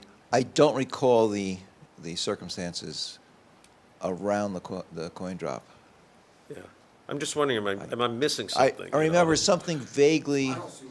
To me, it seems like a no-brainer. Oh, absolutely. You know, I'm so glad you brought it up. I don't think I can add anything to it. All I right, just don't remember. thanks. So, as far as I'm concerned, I don't think this requires a vote of the select board, whether we do No. a coin drop. I But, just need approval from V-Trans, so. yeah, because if it's gonna be on Route 7, No, I was going to comment, Chief, that we discussed this briefly last fall, too. And it's got an 80-20 characterization. And I remember we talked about, because Peter introduced the idea of the grant of the strength of the grant application, given the service that's rendered to the multiple communities. And it was more so along those lines than it was looking for economic contributions from them. It had more to do with sort of a sub-regional, if we were bound together in a sub-regional entity, that would enhance and strengthen our grant application. And I think that was what the discussion we had. But gee, Chris, that wouldn't, that, you know, that wasn't, I don't think it was any intention at any time to question mutual aid or somehow put a tax on it, you know. I would be happy to stand in for a coin drop and assist. I'd be happy to do it. So, and we'll do it together, Chris. Just so you know, when we first talked about it, you're right, you've got to get permission through V-Trans. They're going to want to see diagrams showing sign package, conage, lanes, how you're going to break them up. They want to see how you're going to lay Route 7 out, because it's a major artery. We're going to close it from Middlebury to Burlington. It's doable. We used to make a lot of money. You did? Way back Oh, you when. did it also? Could you Oh, yeah. step up, use a mic? I've been on the department 42 years. Would you use the microphone, please? Can you use the microphone? Sure. I mean, this is your time to shine here. Name's Dave McClellan. I live on Falls Road, and when I first got on in 1975, we had a coin drop every year, and it averaged anywhere from, gosh, $4,000 to $7,000 between. But we did it on Memorial Day and we did it on Labor Day. So that's for 2 days? 2 days. So what happens if But we we do it had for like 22 days? we had 25 guys out there doing it too. So Oh, you have 25 guys? yeah. So we'd take a 2-hour shift and get out of the sun or whatever it was and then go back. But of course, our budget back then was only $40,000 too. Funded through the coin drop. so it really helped. It really helped. It's a no-brainer to me. I've never driven through a coin drop anywhere and not stopped. I give every so time I go through I see you. easy Every money. time. Well, and maybe like a booth at the farmer's market during the summer. Who knows? Well, I leave a lot of this up to the fire department, I think. But, and I guess just work with the town and work with whatever agencies we have to get permission from. All right, that was added plus. All right, item, did we vote on the moving it to October 24th? Yes. Oh, we did? Yeah. Okay. All right. Next item is item 10A, which was this grant application, and I think it's for the police department. Joe, why don't you take it over since I just saw it for the you know first what? time. And I have some extra. I'm sorry, I have extra memos here. Sorry, Colleen's not going to read this. Thank you. Oh, yeah, I got it. That's what. So, I received this today from the police department. Apologize for the short notice. If I could wait till the next meeting, I would. But it's due before that, so this would be a grant application. And at this point, we're just asking the select board permission to apply for the grant. There'll be a second step in this where we would accept funding. So I'm not asking the select board to allocate the funding. So these would be for 3 PSAP consoles, and obviously this is potentially complicated with the possible change to regional dispatching. So again, this is a request to allow us to apply for the grant. If we do receive it, probably would not want to accept it unless the regional entity was able to pay for it. So. I don't see anything written here. We just got it, but is there a match? 20,000, and that's what I'm saying is that we'll have to figure out if it would make more sense for the regional entity to pay for that. And I don't know the timing. Like I said, this is Okay, just so a of course request it's an to application. apply. It's not an acceptance. It's not at this time. this isn't a request to accept. Yeah. So we'll cross that bridge if we are so lucky to So who would receive it. do the application? Would it be the police department or? Yeah, and Corporal Marcoux is actually leading this, so he would be the one who would submit the grant.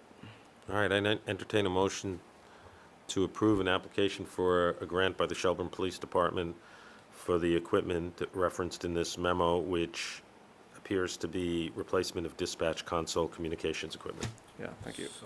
So moved. Moved by Jerry, seconded by Colleen, and please, discussion. And this is a discussion just about this item, but it's mostly about process. Because I just want to point out that a month and a half ago, there was, when a item was suggested to be voted on as a decision item, it was declared that it couldn't be voted on because it hadn't been warned.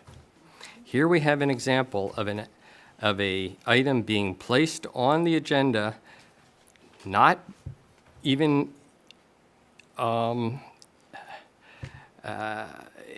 this is all perfectly legitimate. I don't have any problem with it. I'm just pointing out that a month or so ago, it wasn't okay. So I think we need to get our procedures straight. That's it. Anybody else have anything? As a quick question, is the AvTech the preferred system? Find the answer out for you Yeah. tomorrow and get back to you, Jerry. I'm not sure if I can answer that detailed question. I'm just curious. I'll Right. find it out, though. Anyone here have anything they'd like to add? Hearing nothing, all in favor? Aye. Aye. Sorry, Jeff, did you say Yeah. that? Okay, that's unanimous then. All right, someone please like to make a motion to adjourn? Motion to adjourn? Moved by Josh, Colleen, did you just second that? Yes. Yes, seconded by Colleen, any discussion? Hearing none, all in favor? Aye. Aye. Aye. All right, we're done. Thank you, Colleen, you're off.